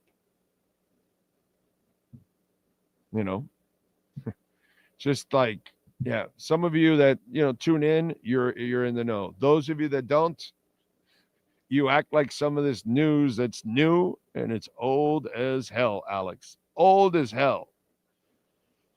Jeremy says, Big O, I pray that the football gods that Ross doesn't hire Mike Pettin and Hugh Jackson. Yeah, that would be a little bit of a mistake. I agree. Lenny says, even if we get a top pick, I have no confidence that Chris Greer will select the right players. He has an average draft history. I get that GMs miss on picks. To me, Greer is not good on draft day.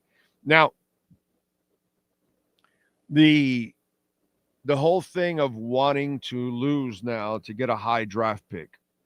Okay, I just want to run through the recent history. Okay, so you happy with Tua? Because a lot of you aren't. High draft pick, right? Number 5. Jake Long, that didn't turn out to be a good pick. It started off well, but then the injuries, and it was bad. It was number 2 overall. Deion Jordan was number 3 overall. How'd that work out? Ronnie Brown was number 2 overall. What I'm trying to point out is if you are just dying to lose because it guarantees you a high pick, it does, but it doesn't guarantee you any satisfaction. It doesn't guarantee you any winning. Just want to make sure you know that, okay, and you understand that. So, it's, oh, no, yeah, we got to lose it, and we'll get a high pick, and everything will be all right. And it'll be a high pick like Ronnie Brown was. It'll be a high pick like Deion Jordan. It'll be a high pick like Jake Long then. Okay. All right. All right.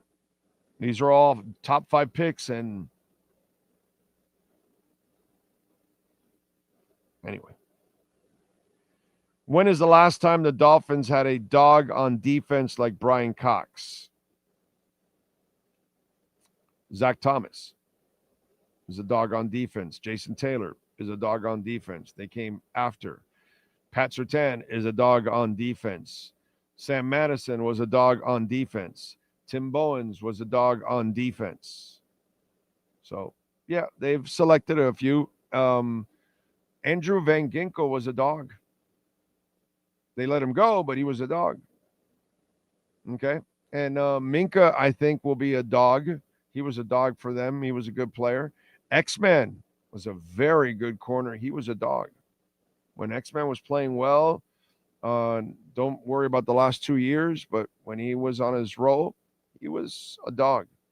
I mean, the problem with some of you is you have a short-term memory and you whip out like Brian Cox and like nothing came after Brian Cox. And I just named like a bunch of guys. You know, it's when you're lazy and you really don't know what you're talking about, you may not want to post it on the chat board. It's not the show you want to do that on. It won't work out well for you. Jay Gatto, thank you for the love on the super chat, sir.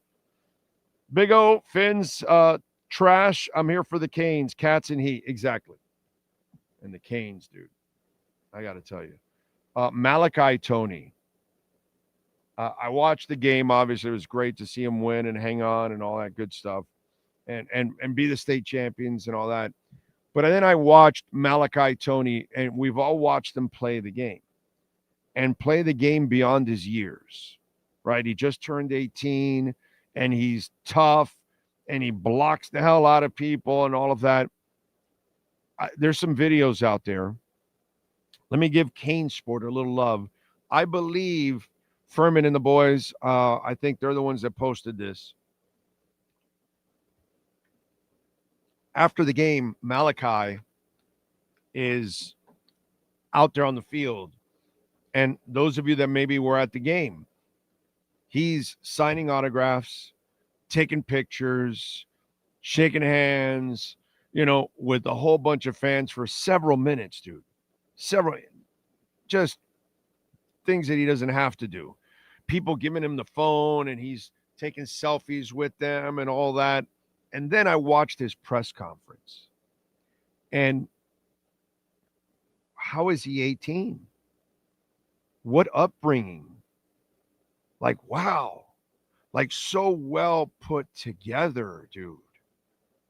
I was like, wow, this is a gem that you want to recruit, because this is one of those dudes that happens to be a great player, but also he possesses the human being.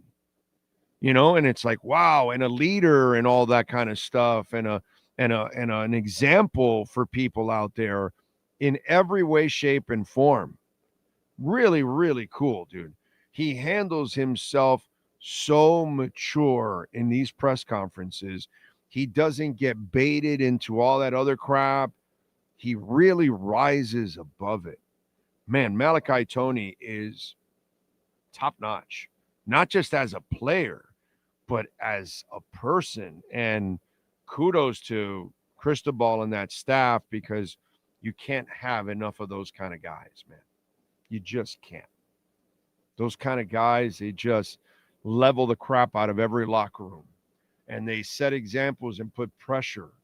They put pressure on everyone else that, wow, this guy's one of the best players on our team, and he's one of the hardest workers and most dedicated and does everything to a T. And when things like that happen, there's a trickle-down effect to your team. You know, Ira's coming up now.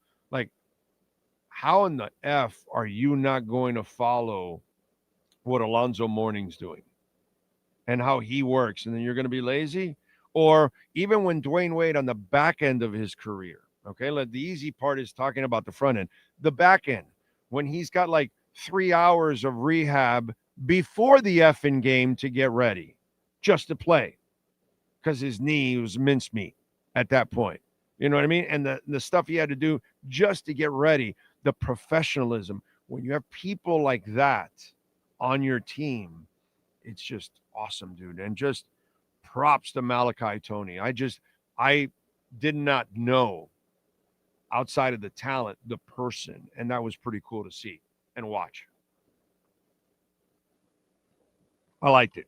All right, let's switch gears. The one and only Ira Winderman is ready to go with our Acura of Pembroke Pines Miami Heat and NBA report. Heat fans, time for the best insight of your favorite team with insider Ira Winderman, exclusively on the Big O Radio Show. It's the Acura of Pembroke Pines Miami Heat and NBA report. Here's Ira Winderman.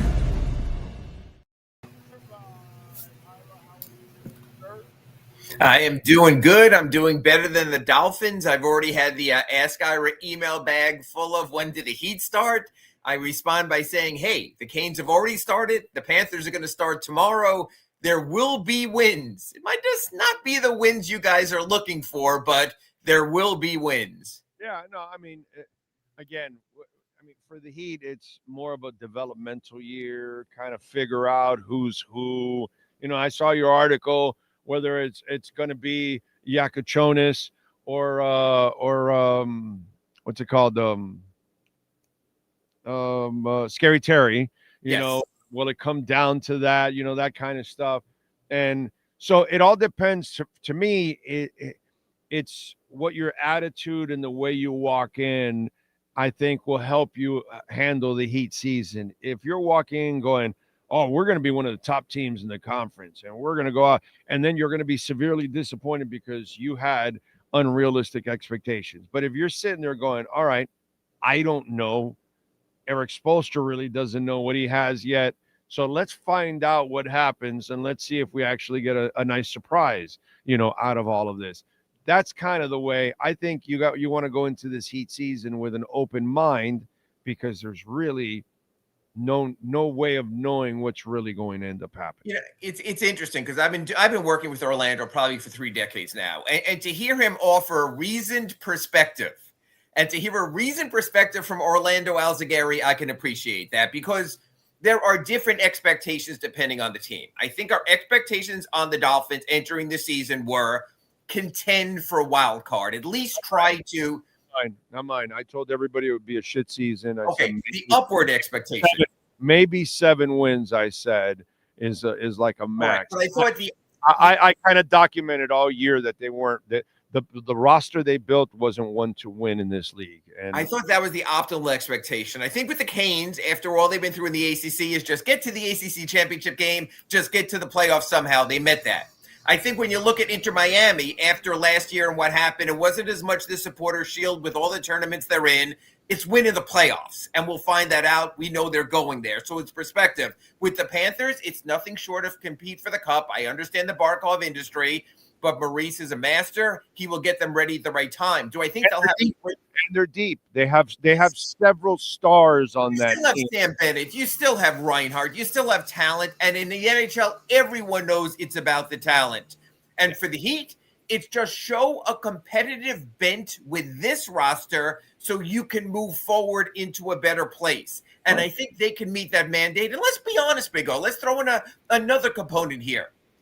What the Marlins did, they met their mandate. Show you can be competitive at times with enough young talent that if you don't trade it away, you can grow into something better for a better day. So I'd say right now, when we're doing a report card in this accurate Pembroke Pines report, we know the Dolphins are lining up for an F just because everything has gone to whatever bad word you want to use. But I think in the rest of the market, I think most of the teams can meet or exceed their mandate based on the expectations. I think that's what compounds everything about the Dolphins is you watch and you say to yourself, and Big O, we do this in everywhere. You play the schedule game, but if you can't beat the worst teams, then that is as humbling as anything. And let's be honest, we know the Jets are craptastic because they're the only NFL team still without a win. So don't overstate that one. And then you know Carolina is a bad team without their best running back who are going nowhere. And honestly, there were stages in the second and third periods and even the fourth quarter to agree the Dolphins couldn't even compete with them. That's when you get down on your team. You want to see the fight. The Heat will show the fight. The Panthers will show the fight. The Canes are showing the fight. The Marlins showed the fight. And I believe come playoff time, after what happened last year against Atlanta, I think Inter Miami will show the fight also. Well, we'll see, because I don't know about their defense against some of the better athletic teams. They struggle a little bit, but it'll be. I mean, listen, that's the only way they're measured anyway. So we'll see, because nothing else matters. This whole thing, they were trying to get a supporter shield again. It's like, who cares about that, dude? Right. It's like the President's Trophy in the NHL. Great. The Rangers won it 2 years ago. I was home before the Stanley Cup Finals. Yes, right. I agree. Yeah, it happened to the Panthers a few years back. All right, so for me, the way I look at this season is because, again, the unknown is to find out if there are foundational pieces out of these young guys. That's kind of what this year is. I agree. Development, and then find out, okay, keeper. No. And I think that's kind of what it's all about, that by the end of the year, they're going to figure out, okay, we know who are the guys. Because the beauty of this team now is, I like this part here.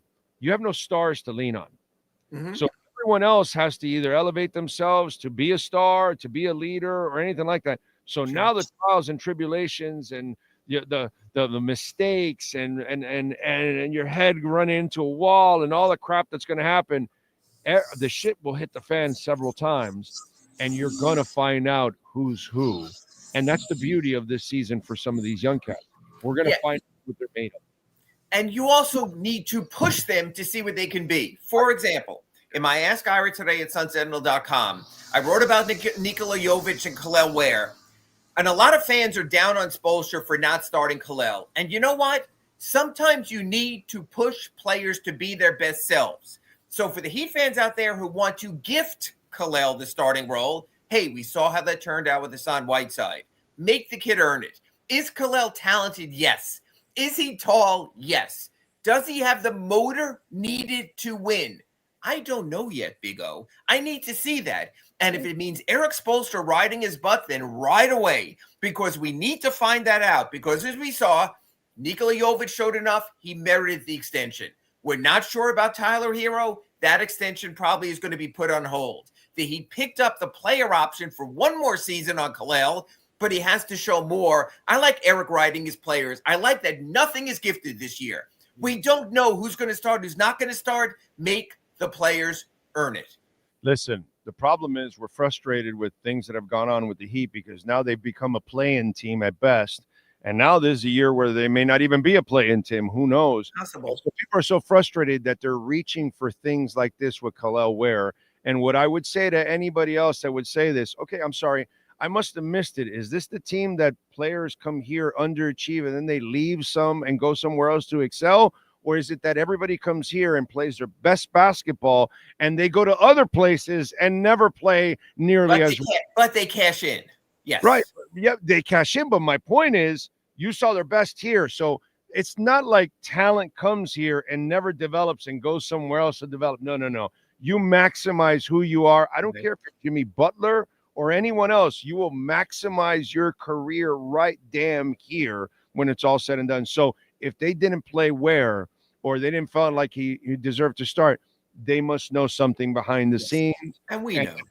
You know, I trust that organization in that sense. So that again, to me, it just gets to a point where fans get frustrations, and then their frustrations, they start nitpicking at all these little things. Sure. Like if you're going to start Ware, maybe he wasn't ready. And like if it was going to make a big difference in your season anyway, come on, dude, get off the high horse. Give me a break. No. And I agree. And I like the pushing in his preseason. And if I can get more out of him, look, we saw it already happen in Summer League. Khalil was dog at the start of Summer League. Eric Spoelstra met with us in Vegas. He made the riot act right there. Khalil was terrific in his final appearances in the Vegas Summer League. That might have to happen again. Look, I don't like that you have to push a player. Being a professional means you are ready at all times and willing at all times. But I've also seen enough NBA basketball to understand some players don't have that motor and they need to be pushed and prodded to be their best selves. And I think we're going to see what turns out there with Khalil. And if not, don't give him the Hassan $98 million. Don't make that mistake. Make him earn it. What I like about the Heat extension plan so far is they made Nikola Jovic earn it. He earned it at a mid-level salary. He got it. Fine.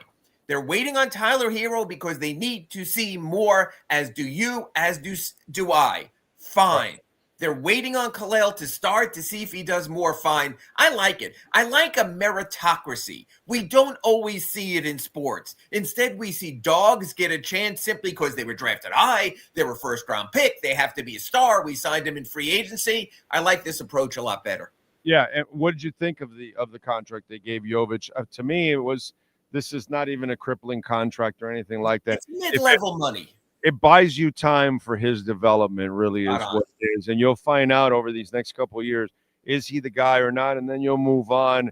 To me, the extension for Tyler, that could be crippling because that's a lot of money that you're going to tie up. If he doesn't elevate to star status, you cannot tie up that kind of money, you know. Superstar status, right? It's a superstar status. He's a star, but it's got to be a superstar to win championships in the NBA. I'll say this about Nikola Jovic. His salary comes in at about the mid-level, and once the cap keeps rising, it'll probably be below. A mid-level player is a rotation player. Right. If Nikola Jovic is not a rotation player, the Heat are in trouble. If he's not good enough to be at least 8th or 9th man, then they made a mistake. I believe Nikola Jovic, for every year he will be in the NBA going forward, will at least be a rotation quality player. You lock up those players. You want to have the infrastructure to build around your star for when you get your star, just like when they got Jimmy. Just like when they got the big three, and they made sure that they got Mike Miller, and then eventually Shane Battier and Birdman and Ray Allen. You have to have the infrastructure so when you drop in that star, trade for that star, draft that star in the lottery this year, do what Dallas did with Cooper Flagg, you have the infrastructure. I think they're building a nice infrastructure. The interesting thing is, as much as I see with Jovic, my next man up is, and I'm really concerned, and that's Jaime Jaquez Jr. I do not know if I can tell you 2, 3, 4 years down the road, he's going to be a rotation player. Honestly, based on the exhibition opener and what we've seen before, Big O, I think there are real doubts there. Oh, yeah, no, there's no doubt. Right now, he's not getting that contract that you just gave Jovic. And this year will be the year that he has to either take a shot. Yeah, he has to get it done, or if not, you have to just say, hey, he's decent, but not good enough. We got to move on. We can do a little better. And I think I don't have a problem with that. I mean, you're not going to hit on all these guys. Exactly. But what you like, and I like, is they've kept their picks and they've given themselves a chance in every draft. So there's a chance with Jack and Jonas. There's a chance with Ware. There's a chance with Jovic. There's a chance. That's what teams do. You draft enough, you hit on some, you're going to miss on some, but you have that pipeline as opposed to let's keep trading all our first-round picks away. Let's try to salvage something like the Dolphins have done with some draft picks over the years that have turned into nothing. You have to redevelop your pipeline. That pipeline, again, is in place. Credit to the Heat for that. Yeah, and listen, we all got to kind of hope as a Heat Nation that one of these young cats, they get lucky and turns into a star. That's kind of really what we're hoping for, that one of these young guys just all of a sudden elevates himself and becomes a star. And that would be really, really cool. Usually in the draft, if you're drafted in the 20s, you hope the player becomes a rotation player. If you're drafted in the teens, you hope he becomes a starter. If you're drafted in the lottery in the top 10, you hope he becomes a superstar. The Heat haven't been there. They have their own first-round pick this year. You're talking about possibly a gap year, possibly taking a dip back to take a step forward. So we'll see where they wind up in that process. It's hard to get superstars beyond number 10 in any draft in any sport. You can get the second-round guy like Jokic, like Denver did also. It's just that much harder. The superstar, I believe, for everyone in this roster still has to be airlifted in here. I don't see a potential superstar on this roster. I'm glad you said that because that kind of leads me to one of the questions that I want you to answer. And I don't know what message you have for Heat fans, but we've kind of watched the Heat Nation kind of torture themselves about trading for this guy and trading for that guy and all that kind of stuff. Should the Heat fan kind of put that on the back burner for this year and say, yeah, this is not the year where they're going to be trading for this star or that star, unless some shocker comes out of somewhere, of course, some disgruntled star or something like that. But at the moment, it just doesn't look like this is the kind of season where you're going to be making any kind of moves. And yet, Big O, Monday night in Kaseya Center, Milwaukee comes in. Giannis still getting back into shape after having COVID. So yes, if the Bucks start 5-10, 5-12, and realize they have no future, and if Giannis says, "Wait a minute, you paid off Damian Lillard to leave at $20 million a year, and our cap is crippled," yeah, if Giannis becomes available, unfortunately or fortunately, depending how you look at it, I will be on the Accurate Pembroke Pines Report every week, and we'll talk about do the Heat have a shot to get Giannis, because you always have to at least toss your hat in for that level of player. Now, Big O, I agree that's the exception. That's the long shot. That one, see, my problem with that is Giannis is a terrific player. You're going to give up so much. You won't have anything to really surround him.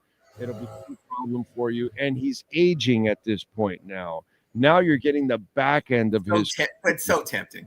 but so tempting. I know it's tempting, but his style of play is kind of like a bruising running back that doesn't age well. And he's been injured a lot, and that's a reasonable point also. But what I'm saying is I think that he will be tempted there, and I don't know if they'll be tempted wrong. And look, maybe it doesn't happen. And Milwaukee has a decent enough season, and he vows to stay, and he wants to be a one-city wonder, and he wants to be like Kobe, and you move forward.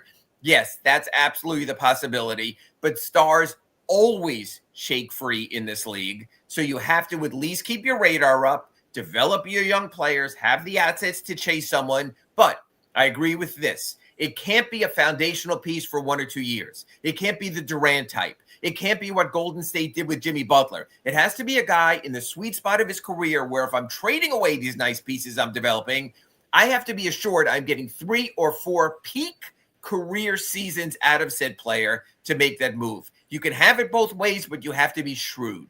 And that's where he will not age gracefully because he doesn't have the offense to age gracefully.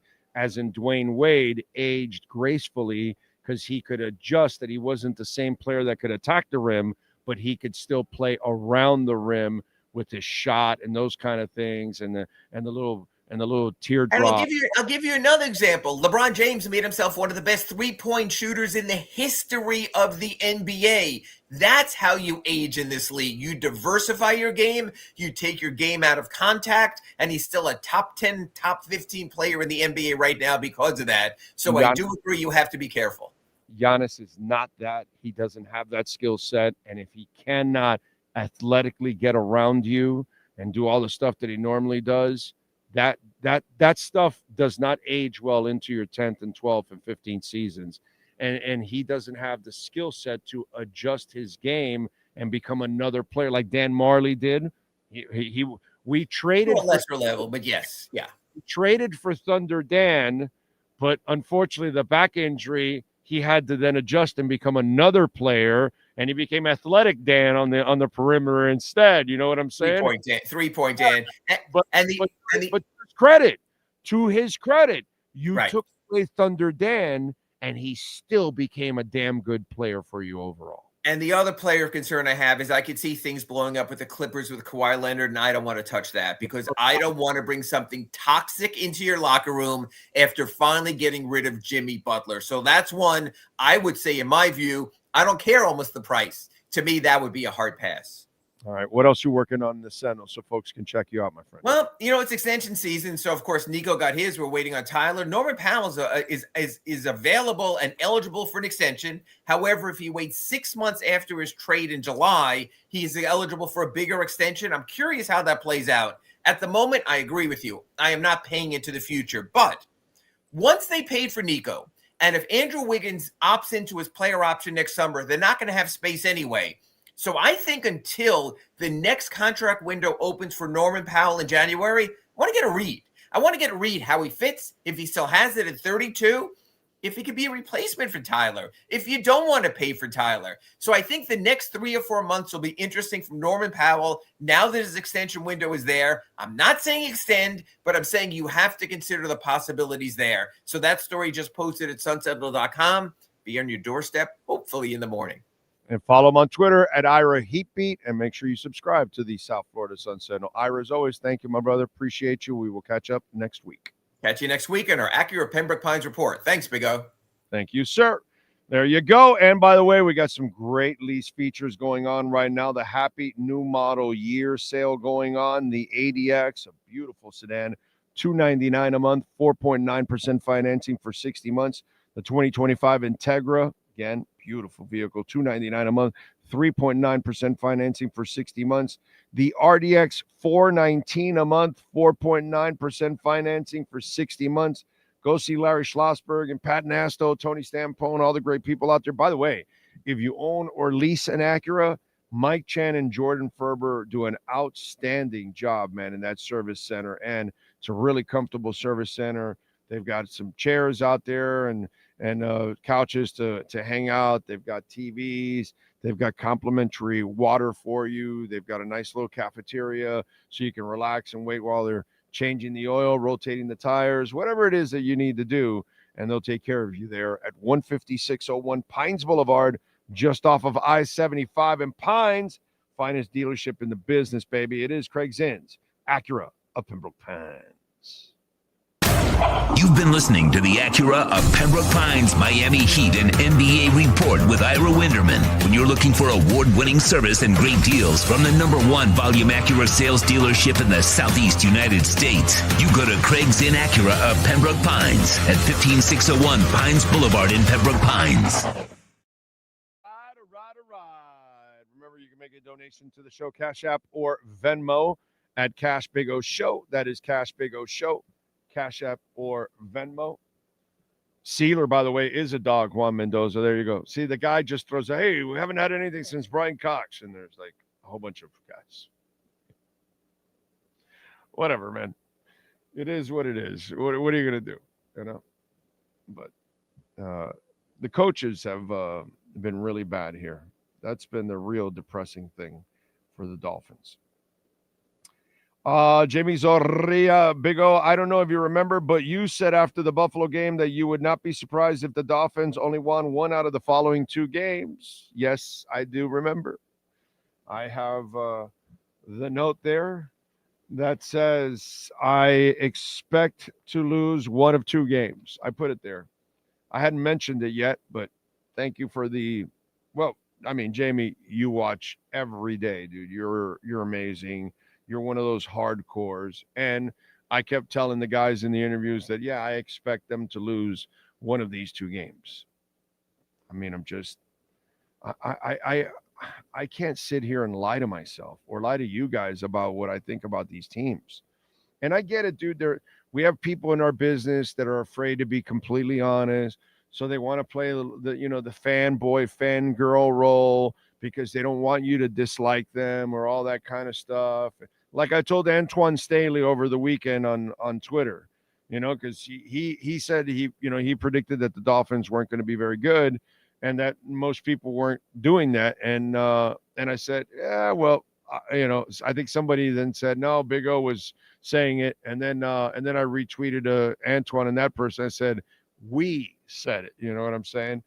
And then my man Jason Sarney stepped in and backed me up because we were telling you all offseason this was not going to be a good team. All offseason. This was not going to be a good season. We're not an echo chamber for you, man. We're going to give you the truth, at least what I see. Maybe it's wrong, but at least you're going to get the brutal honesty from me. I'm not worried about hurting your feelings, and I'm not worried about you getting mad at me because, oh, my God, he's being negative. No, I'm not being negative. I'm being honest. I love the Canes this year. I love them to go to the ACC championship game. I love them to go to the playoffs. I don't love the Dolphins this year. I still love the Panthers, even with the injuries. I have not wavered whatsoever. You know what I mean? I call shit like I see it, dude.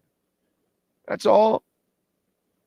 I don't worry about that kind of stuff. I'd rather just be brutally honest. And if you can't handle the honesty, I can't help you with that. Frank K says, Malachi Tony, that comment about seeing the mom and uncle get up early for work every day, so he had no excuse not to do it himself. That was amazing for such a young kid. I'm telling you, Frank, I'm blown away by Malachi Tony. Wow. Just what a great human being. His parents, I'm not sure, parents, guardians, I'm not exactly sure what family setting he has, so I don't want to speak out of place. But whatever his foundation is, those people kick ass. They must have given him some kind of great influence. You know what I'm saying? Because, wow, Malachi Tony does not act like an 18-year-old. He certainly doesn't play like one on the field, but then when I watch him, like how he deals with all this stuff, wow, and wow. Pretty freaking amazing, dude. So impressed with Malachi Tony. Really. Mr. Spock, still don't get why we draft a right guard to play left guard, then expect him to be a starter in the NFL and not struggle, like drafting an injured QB coming out with a hip injury and expect him to start and ball. Yeah, no, you're right. and he's got to habitually learn everything. It's going to take him a year or two to get in a groove, you know. Poor guy, man. And he's having trouble. He is going through a rough one, man. A rough one. So, let's see. You said Tua was a good quarterback. Okay. Still think he's a good quarterback. I just think you got a shit team around him. So he can't carry a shit team and a shit coach. But hey, listen, if you know of the quarterback that carries a shit team and a shit coach, please tell me who it is. 'Cause I'd love to know who that is. Who's the quarterback that carries a shit team and a shit coach? Because that's what Tua has, a shit team and a shit coach. Hard, bro. It's hard. Luke K says, Big O, I can relate with you on many things since we are from the same generation, like dogs, 80s hard rock, and crappy football teams. Saludos from Mexico. Thank you, Luke K. Appreciate you. Hang in there. Can't wait to visit Mexico. I haven't been there in a while, dude. Cancun is where I went last a couple times, but I've never been to Mexico City. I need to go to Mexico City. Karoon says, Big O, do you think Ross doesn't fire McDaniel to let the next coach know he'll never be on the hot seat and has time? Or am I reaching here? No, I just think Ross is just inept. Yeah, inept. Yeah. Lenny says, Malachi Tony is going to be playing on Sundays for sure. Oh, God, yes. Yeah, but not only will he be playing on Sundays, it just doesn't look like he's the kind of kid that's going to be getting in trouble or – doing stupid things with his money or chasing hoes and you're getting one hoe pregnant after another in different cities and all. Malachi Tony he looks like he's got it all together, dude. He reminds me of Teddy Bridgewater. Okay? There you go. That's what Malachi Tony reminds me of. He reminds me of a Teddy Bridgewater. He just has it, bro. It. Just love those kind of guys. They just get it and they understand everything around them and they're not fazed by it and they rise above all that kind of stuff. He's special, man. He's special. Let's see what else.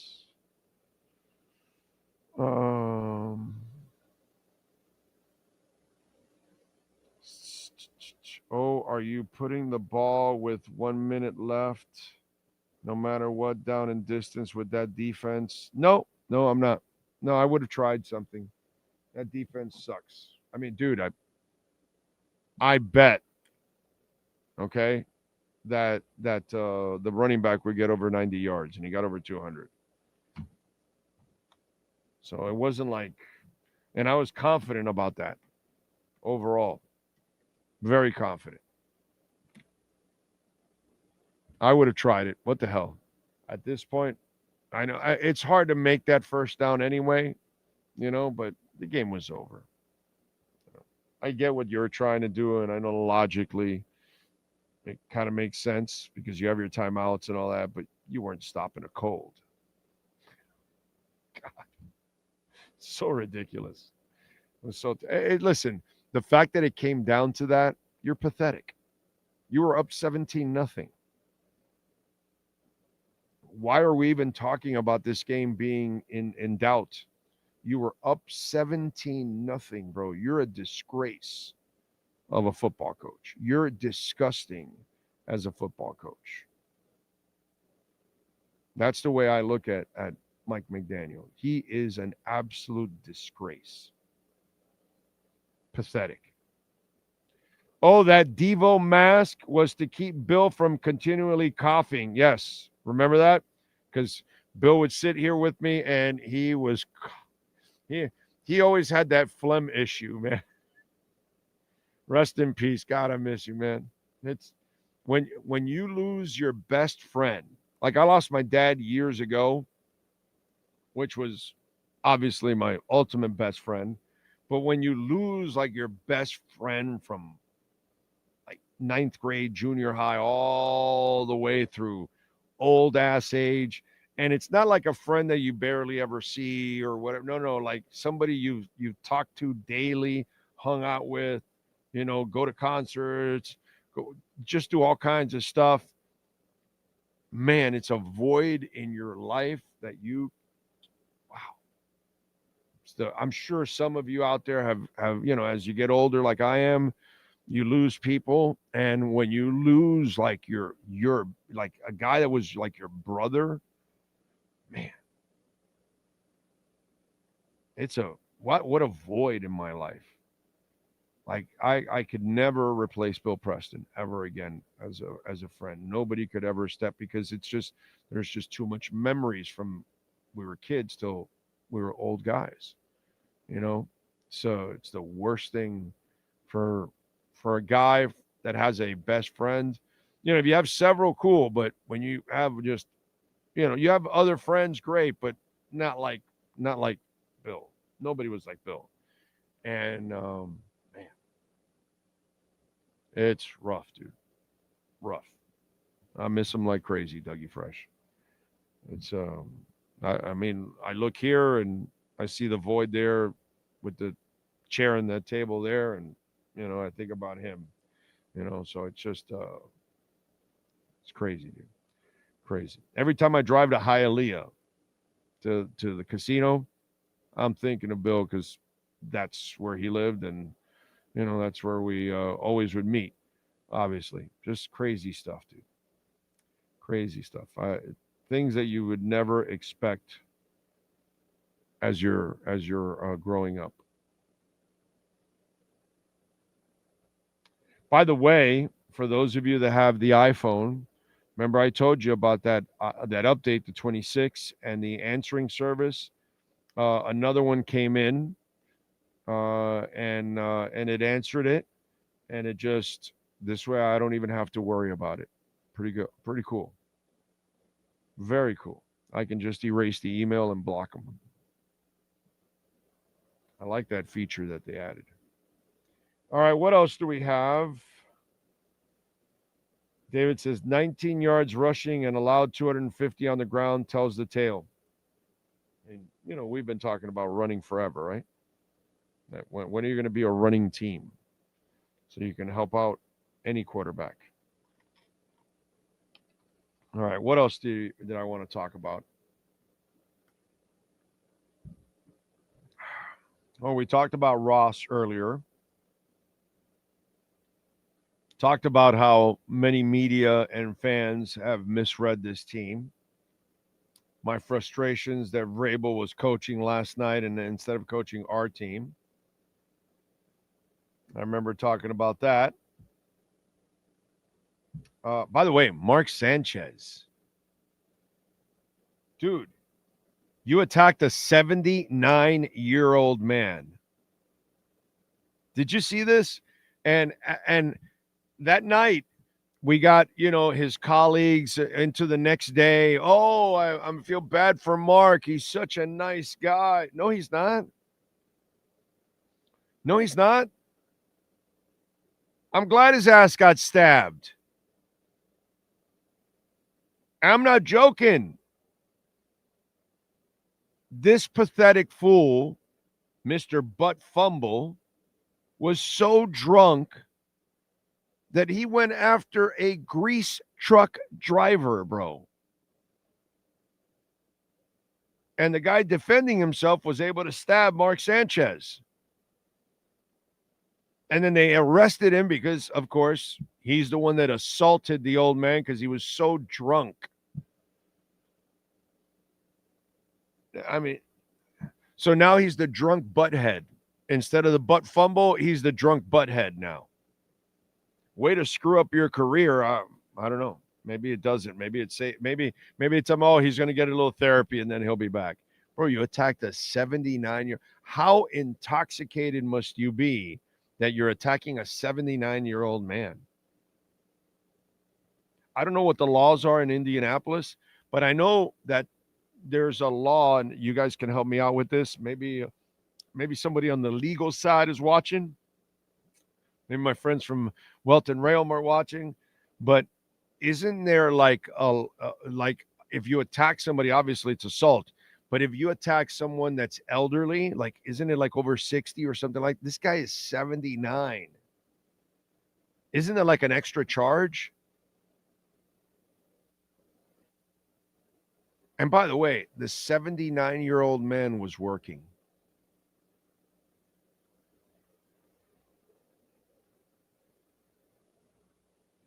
Poor man. He's got to work, and then he's going to get attacked by the butt fumbler.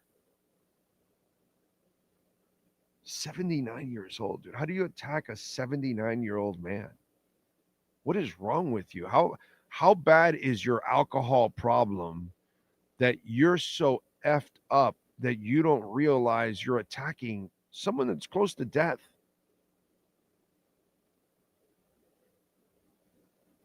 Guy's 79, man. Leave him alone. Let him live whatever few years he has left in peace. 79, dude. What a drunken idiot. I lost all respect. I mean, not that I had great respect for Mark Sanchez, but he wasn't a bad broadcaster, actually.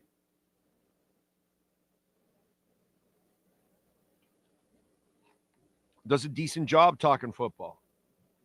But, man, that's disgraceful. You attack a 79-year-old man. It's crazy. So, Sean, did you like being trained? You're getting trained this weekend. Do you know what happened? Why you were getting trained? How about you all out there? You getting trained? Huh? Especially my Anglo friends. Are you getting trained? Are they working on your psyche right now? Are you learning your Spanish? This weekend, Saturday Night Live had Bad Bunny on, okay? And Bad Bunny told you all that you got 4 months to learn Spanish. And what I found hilarious is that NBC is the home of SNL. Sean Stanley, would you like to take a guess what network is carrying the Super Bowl this year? Exactly. NBC carrying the Super Bowl puts on Bad Bunny, and this will be the beginning of indoctrinating you, getting you used to Bad Bunny, because I don't listen to Bad Bunny. I don't like his music. I'm not into his music. And I know Spanish, but I'm not into his music. I don't really care for it. As I told you, when he was selected, I thought it was a limited selection because there's a certain he's super popular, but to a certain group of people. And I don't know if that flies. It'll still get ratings, of course, because he's a big name, and he's crossing over and all that good stuff. So a lot of people will watch too in the crossover, and I get that. But I just found it funny that he was already on Saturday Night Live over the weekend, and something tells me that NBC will try to make him more household to the people that aren't used to Bad Bunny, that don't know much about him. So that way they get you ready for the Super Bowl halftime show with Bad Bunny. But I just found it interesting how they just started to slip it in there now and get them going. Don't forget, folks, Cash App or Venmo at Cash Big O Show. That is Cash Big O Show. Cash App or Venmo, and you can make a Bitcoin or Ethereum donation. The Carolina Panthers, by the way, did the elevator thing that the Dolphins do, and it's with the running back sprinting. That is good. That's good stuff. That is good stuff. Did you see that, Sean? The Carolina Panthers? They made fun of our elevator thing. Oh man, love it. I love it. All right, let me do a little music here too, and then I'll get back to a little football. Let's go. Here we go. Let's go with musicians born on this date, October 6th. Who was born on this date on October 6th in the music industry? Donnie Steele, one of the two original guitarists in Slipknot, born in 1971. He co-founded it in 1995. He left the band in 96.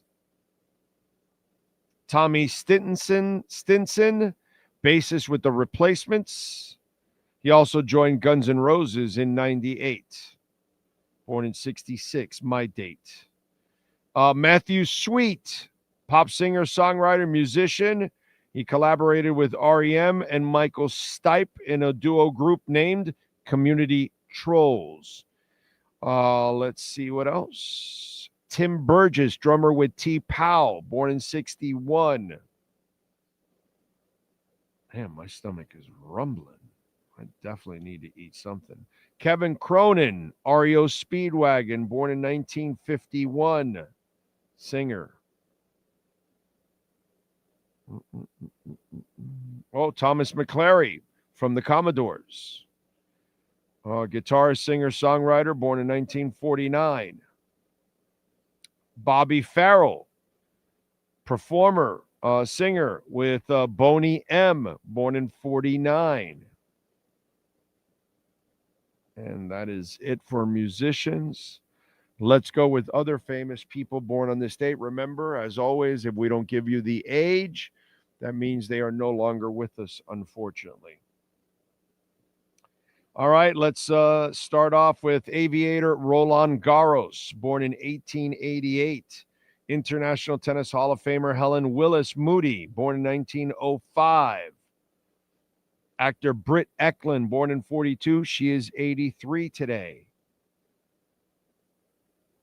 TV executive Les Moonves, born in 49. He is 76. Hall of Fame member Tony Dungy, born in 55. He is 70. Actress and super babe Elizabeth Shue, born in 63. She is 62. God, I was a huge Elizabeth Shue fan. Gorgeous. She still looks good, by the way. But back in the day,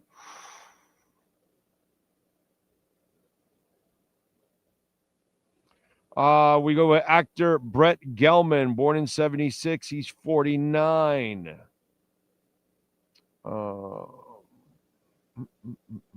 And that is it. Sean Stanley, do you have wrestlers born on this date?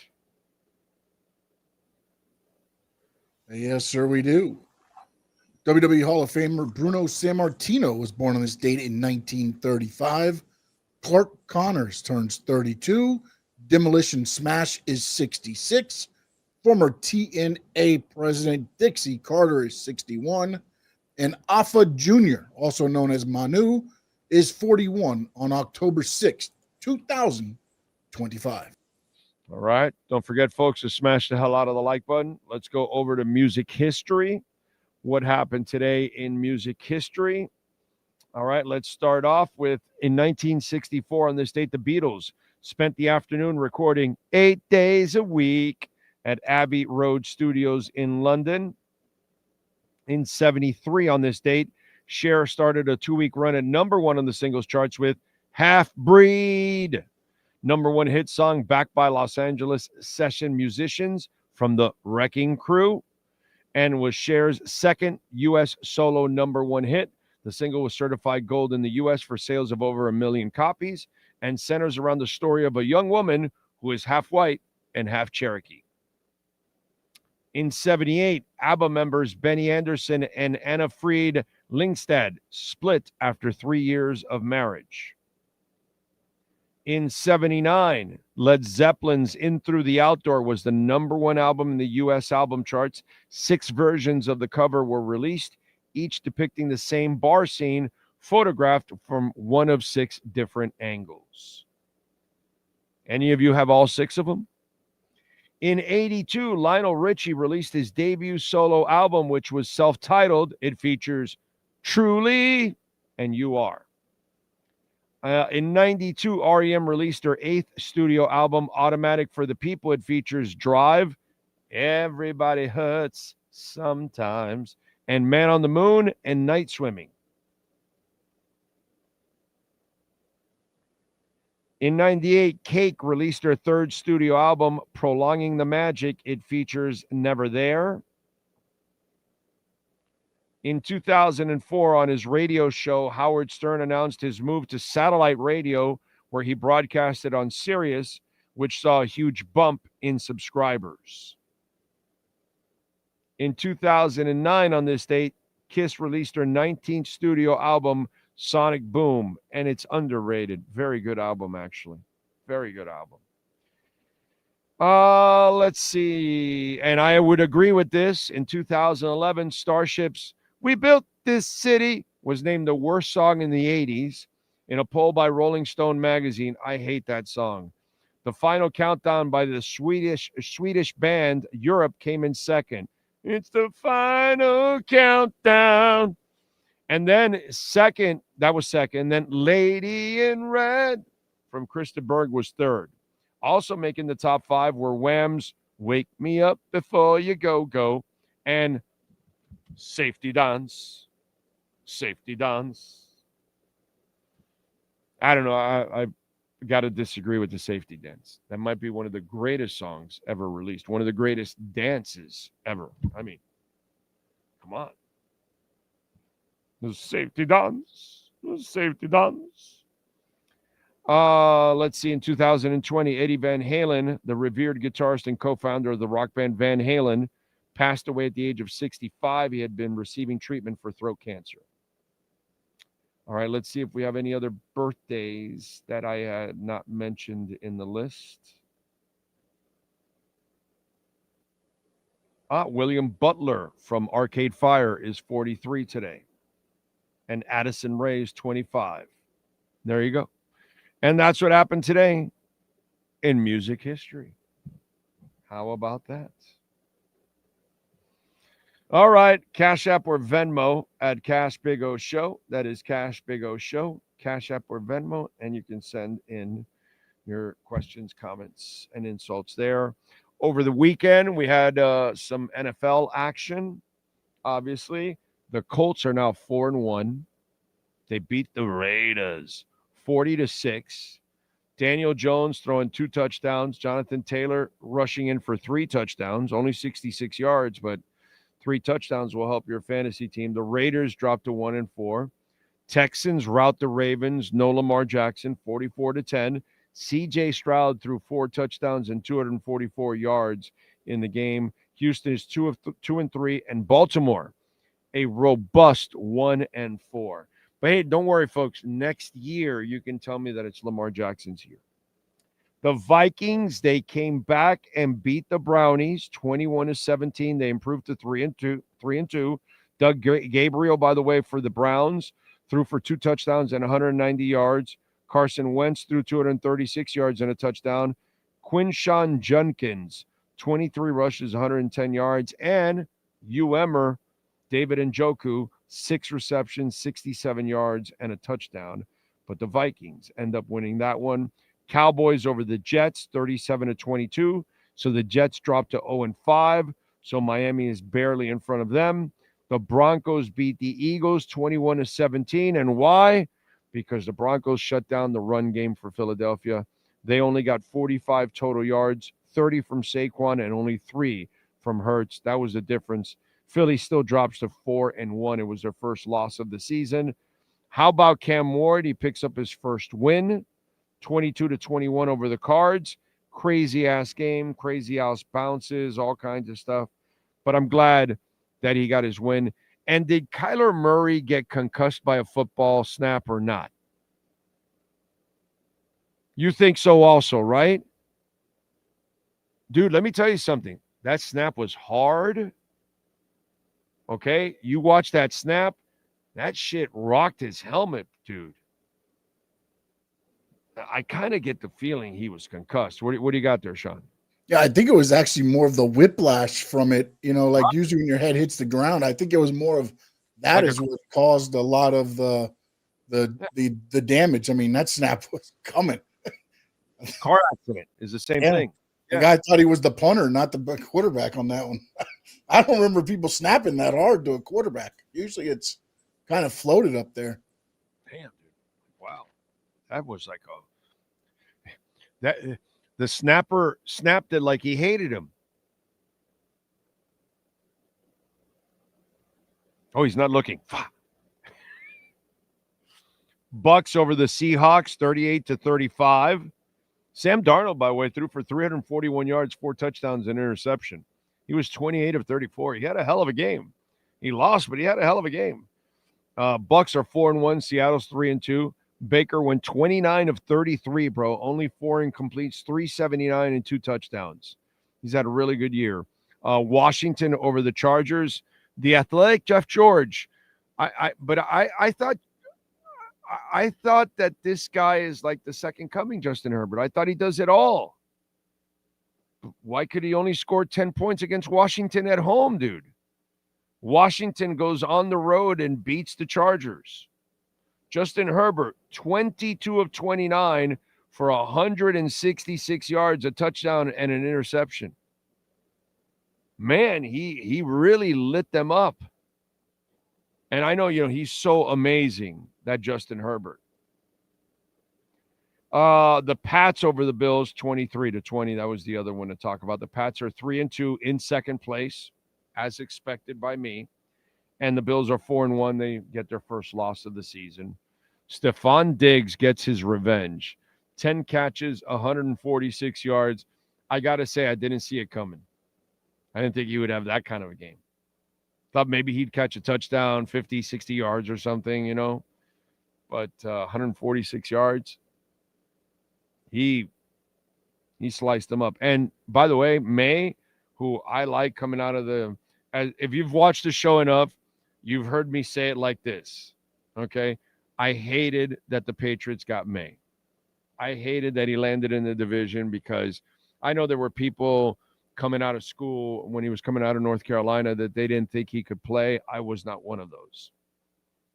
Okay. I was a May guy, and now he's got a hell of a coach, and he'll have a much better chance to succeed under that guy.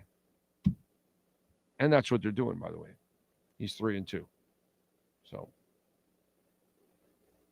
good stuff there, as always. What do we have on the chat board here?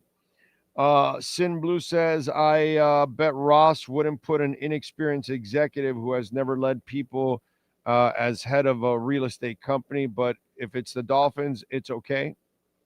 Zachary says, Sealer showing to be a bad extension so far. Nah, just look at what they're doing. They're scheming him out because they're attacking the young guys. It's not his fault. He'll be fine. 85 says, I got that safety dance in my playlist. Damn right. That can't be one of the worst songs. Come on. Zachary Gibbons, Buccaneers game was excited, but they cannot continue with these come from behind wins. They need a comfortable win. They are who they are, dude. At least they're winning. I'll take those kind of wins. I get none. So I'll take all of them comeback wins. I'm good with that. Brooklyn Rob, please explain to me the logic by the NHL to start the Panthers opening night game at 5 p.m. I don't know how the marquee team in the league is starting at that time. I don't understand it myself. It's 2 o'clock out west. Yeah. Don't get it, man. Don't get it. They must have WNBA people running that league right now or something. Because, there's nobody dumber than the people from the WNBA. God, that is a useless commissioner, and that league is dumb as bricks. Anyway, Horndog says, I hate that damn song too. That's right. Big O, he will have a field day against us next week. Who you talking about? The athletic Jeff George? We'll see. Though they'll run against us, but I don't know. We'll see. Maybe the athletic Jeff George will make mistakes like the athletic Jeff George does. Horn Dog says, I also hate We Didn't Start the Fire. God, I hate that song. As I've told you, for many years, that's when I get my Billy Joel concert shirt or I piss. One of the two. I go to a concert and I never buy the shirt at the beginning. I've only bought a couple of Billy Joel shirts, but I will, and I've been to several Billy Joel concerts. But every time he plays that song, I either go to the bathroom or I go buy a shirt. I will not sit there and watch that song. That is a terrible song. God, I hate that song, We Didn't Start the Fire. And I know it's a monster hit. I get it. Totally get it. By the way, did we stay over 125? It doesn't look like we're going to get to 126 during the show. It's 125.28. But hey, now we're consolidating above 125. You know, that's the way you got to look at it. You got to just be patient, but it'll continue to climb. Not that I'm a financial advisor. It is October 6th, by the way. Today is day number 18,892 since the Finns won the title. It is day number 105 with Bitcoin over 100,000. And it is day number 8,676 since the Canes won the title. How about that? All right. We appreciate all of you out there. We thank Ira Winderman. We thank Sean Stanley. Thank you all out there. Those of you that made a donation. Thank you, thank you, thank you. We will see you all tomorrow. Same time, same place, same bat channel.